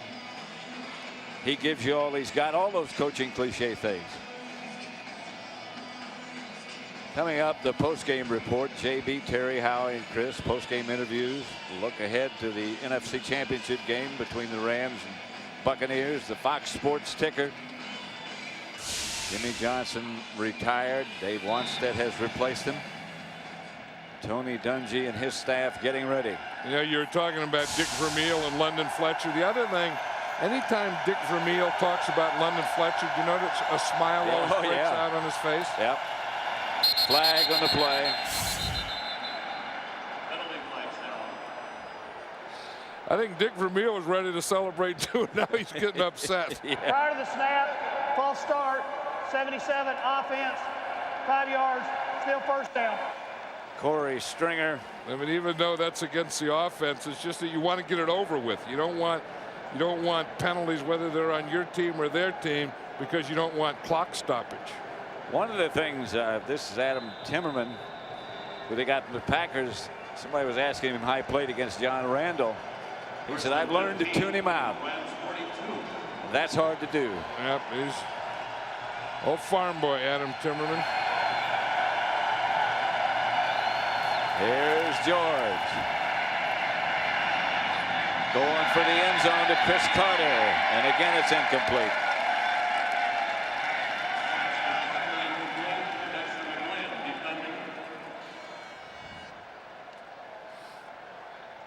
You know, Chris Carter, I saw him in an interview, and he was talking about that he might be retiring, and I think it was in the context if the Vikings were to go to and win the Super Bowl that he would consider it. But Chris Carter is one of those guys that has played a long time and has never gotten old. That's right. He got hurt. He got well quickly. For those of you in the St. Louis market, stay tuned to continuing coverage of the St. Louis Rams on the Fox 2 postgame show following the Budweiser postgame report. Another flag. A reminder, stay tuned, those of you in the St. Louis area, in the St. Louis markets, Delay, offense, for 5 yards, the Fox 2 postgame report following the Budweiser postgame report. And there's Chris Dolman, who has played his last game. He was trying to get a championship. I mean, he's had everything else. He's the fourth leading sacker of all time. He's played well. He's been all pro. He's been Pro Bowl. He's been all those other things, but hadn't won a Super Bowl ring. Leroy Hoard. And here come the flags. That's going to be a face mask. Stops the clock. 52 seconds left. 49-31 Rams. Personal foul. Twisting the face mask on the defense, number 22. 15 yards, automatic, first down. You know, this had been a pretty good game, and then there's been 5 flags in the last minute. Look at old Hannafin down there talking to Jeff Robinson about congratulations and on that touchdown. Tucker congratulating him on his touchdown. Old backup offensive lineman makes one. A guy who was a defensive lineman makes one. This hasn't been a bad game for linemen making big plays. 1st and 10, Minnesota. George dumps it out to Robert Smith, who heads for the sideline and runs it out of bounds, stops the clock. 45 seconds left. I know one thing that the Rams can't do is you can celebrate, but you can't spend too much time celebrating. And I learned a lesson the hard way. Years ago, we played a game and everyone said this is really the championship game. We're playing the Miami Dolphins, and we went, like they said, this is a championship game. And then we play the Dolphins and we win, and celebration, carrying off the whole thing. On Tuesday and Wednesday and Thursday, we were still celebrating. Pittsburgh comes in, beats us, they go to the Super Bowl. So you got to do a little celebrating and right back to work. George. Carter. Oh, you got that right. Now you hear him saying, you got that right. Yeah. Oh, you got that one right. That sideline has been tough on those officials over there. Look at this catch. and footwork. I mean, he's amazing. Yes, he is. I mean, his hands and feet and everything. Earlier they gave one bobble, and they probably thought that the guy couldn't catch the ball that cleanly, keep both feet in bounds, but they didn't realize that that guy was Chris Carter. First and goal.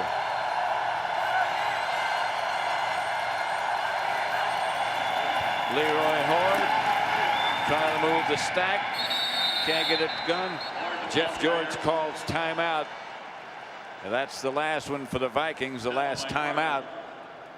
Yeah, but they'll get, if they get a score, that's an automatic timeout, and then a kickoff is automatic timeout, change of possession. So the fans are booing them for prolonging this game, but these guys are still trying to find if there is a way to win it. You know, can we score a touchdown here? Can we get another onside kick, score a quick strike, and get another onside kick? Well, you remember what Tennessee did last week? Yeah, there could still be a play in there, or what Yogi Berra used to say. It ain't over till it's over. That's right.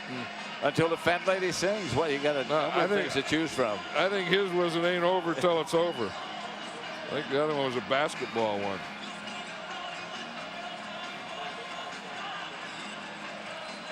See Georgia Frontiere down there. Looks like she's taking a drink of Gatorade.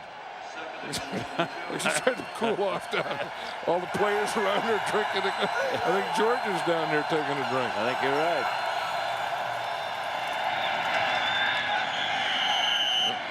Touchdown, Randy Moss. There's a touchdown now. That stops the clock.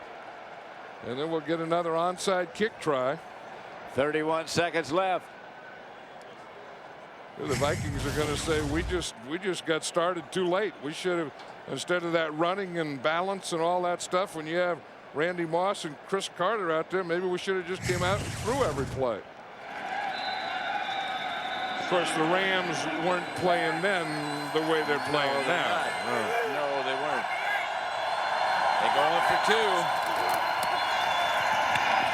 Incomplete. Throwing for Randy Moss, but a flag on the play. Allen was the defender. Najee Allen, and you'll Pass see. interference on the defense, number 20.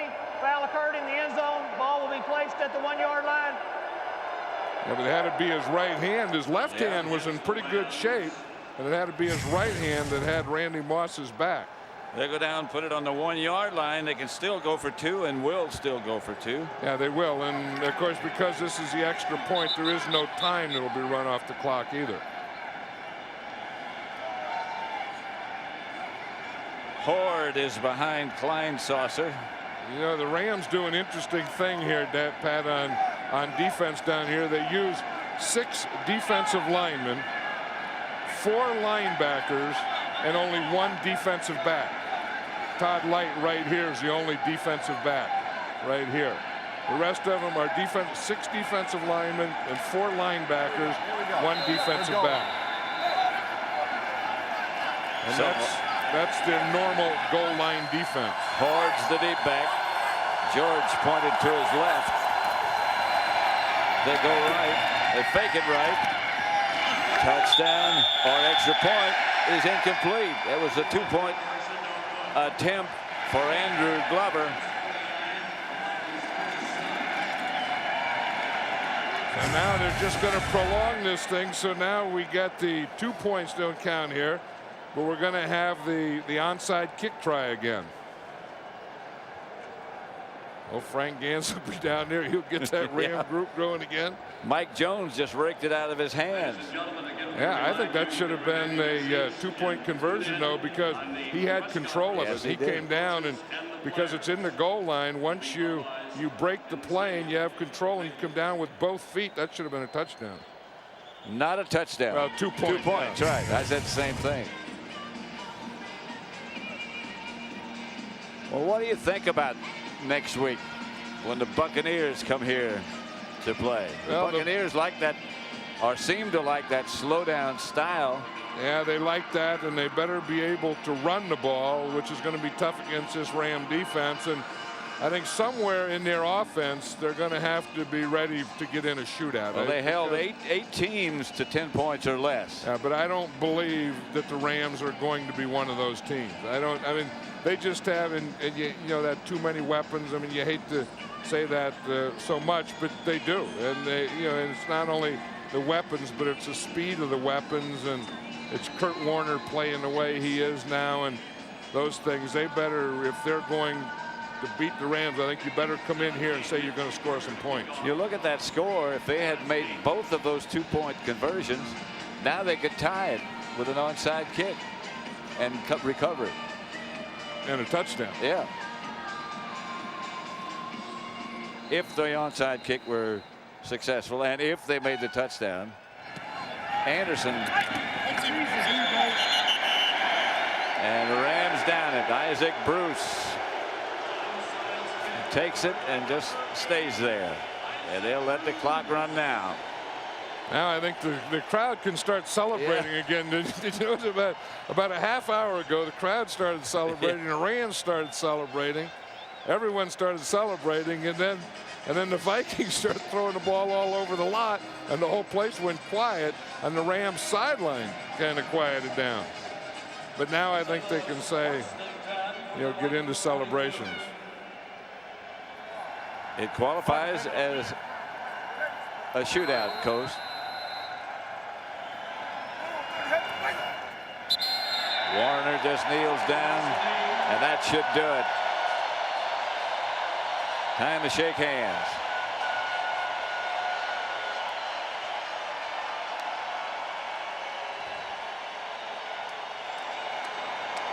Yep, the Rams were 8-0 in regular season here, and then playoffs are 1-0. So the Rams have been perfect in this stadium this year. And Dick Vermeil named Coach of the Year as well. He should have been. I bet Kurt Warner is MVP of the league. As he should have been. Well, he should be. Let's go down to Ron Pitts now on the sideline. All right, thanks a lot, Pat. Hey, Kurt, you come a long way as an Iowa Barnstormer. Head to the NFC Championship game, baby. How does it feel? Feels good, you know. It's a long last 5 minutes, but feels good now that we got here. We've been telling people all along we were for real, and I'm glad we got a chance to come out and show it. Fans were great today, and we just want to keep things rolling.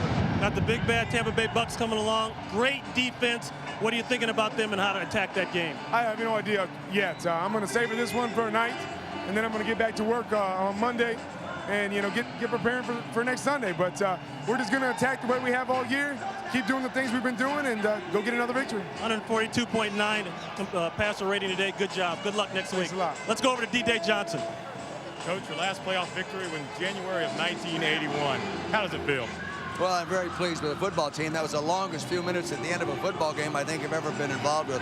But I thought we came out in the second half and did the things we had to do. And Tony Horn on the kickoff return, that Frank Gantz, coach special teams, he does a great job. And that really got us going. And from then on, we just took control of the ball game. Sort of an up and down ball game. You guys came out and scored 2 early touchdowns, then they took the lead, and then in the third quarter you just exploded. Now, was that a game plan thing, or was your team just playing better? It was actually too easy for us in the first quarter, and what we said at halftime, we were down by 3. I told them I think we've taken their best shots, and that's go out and deliver ours, and that's what we did. Now you have the Tampa Bay Bucks coming in here for the championship game. Looking forward to it. Strong defense against a strong offense. How do you see that one? Well, their defensive coordinator, assistant head coach, played for me for 6 years, Herman Edwards. I think he'll be nice to the old coach. At least I hope he will. But it'll be a heck of a football game, and we'll be ready, and I'm sure they'll be ready. Thanks a lot. Congratulations, Coach. Thank you. Pat? All right, thank you, DJ. This is Pat Summerall for John Madden, DJ Johnson, and Ron Pitts saying so long from St. Louis, where once again the final score is the Rams 49, the Vikings 37. Stay tuned to Fox Sports for the Budweiser postgame report after the postgame interviews and look ahead to the NFC Championship game with JB, Terry, Howie, and Chris right after these messages. For more information on today's game and the latest NFL news, and there is much, log on to foxsports.com.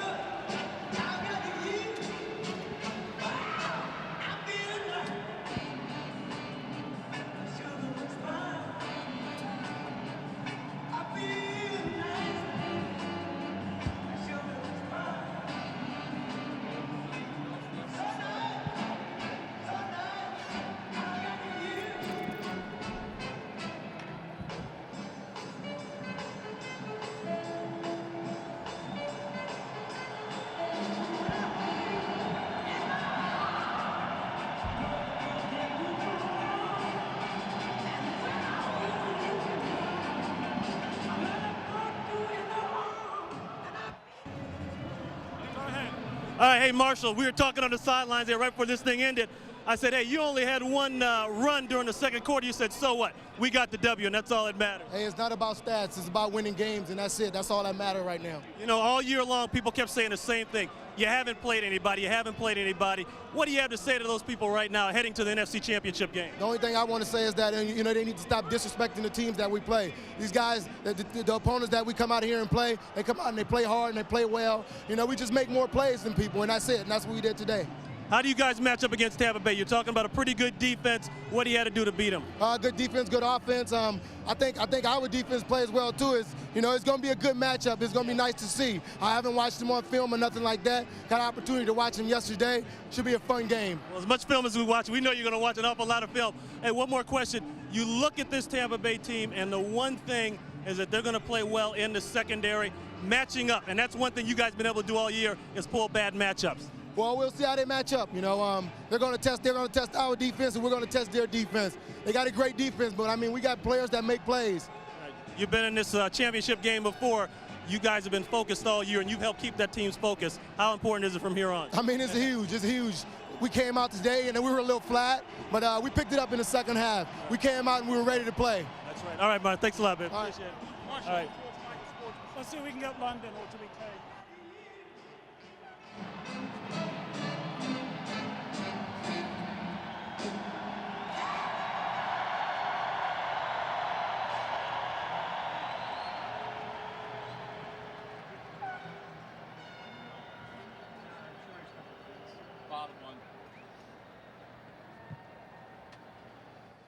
All right, hey, thanks a lot, JB. I'm here with Kevin Carter. Kevin, great year by you, 17 sacks, headed to the Pro Bowl, but more importantly, going to that NFC Championship game. Yeah, that feels great. I mean, all the individual awards, I mean, they don't mean anything unless you can capitalize on what we want to do as a team. So today we went out there, put a lot of pressure on the quarterback. Our offense came through, you know, with scoring, had a really, really big day, and our fans were awesome. Hey, did you guys ever panic at all going into that second half? It looked like second quarter they started to tighten some things up.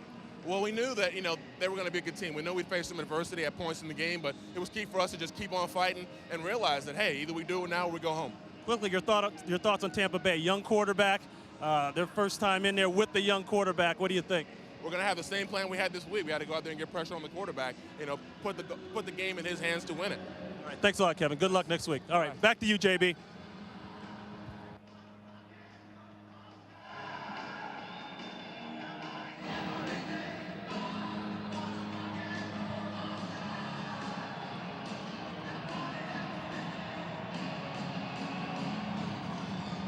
Okay.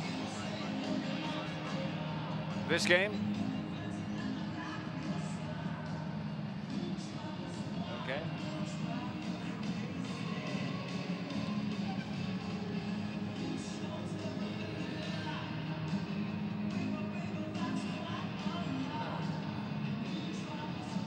Well, John, we had seen the Rams once previously during the course of the season, and this is our second look at them. The first time was in San Francisco. They looked a lot more explosive today than they did against when we saw them earlier. And I still think they're the best team in the NFC. I know that, you know, during the year when we saw them, we felt that they were the best team, and then maybe Indianapolis the best team in the AFC, and then they went out and proved it today. And okay. John, this is the second time we've seen the Rams, once during the regular season against San Francisco, and then today. They looked a lot quicker. They looked a lot more dangerous today than they did then. Well, I think the last time we saw them, they were just putting a team together, and you could see that they were going to be good.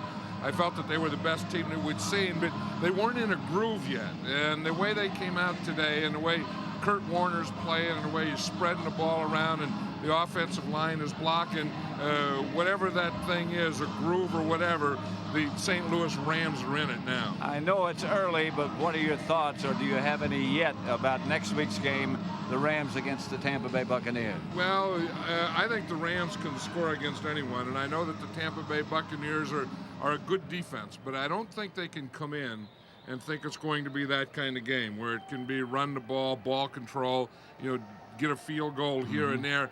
I think that the way the Rams attack, they attack through the air, they attack with their passing game. Kurt Warner's hot. They are going to score points against anyone, and I think the Buccaneers should come in thinking that they're going to have to score a lot of points. I agree with you. Now let's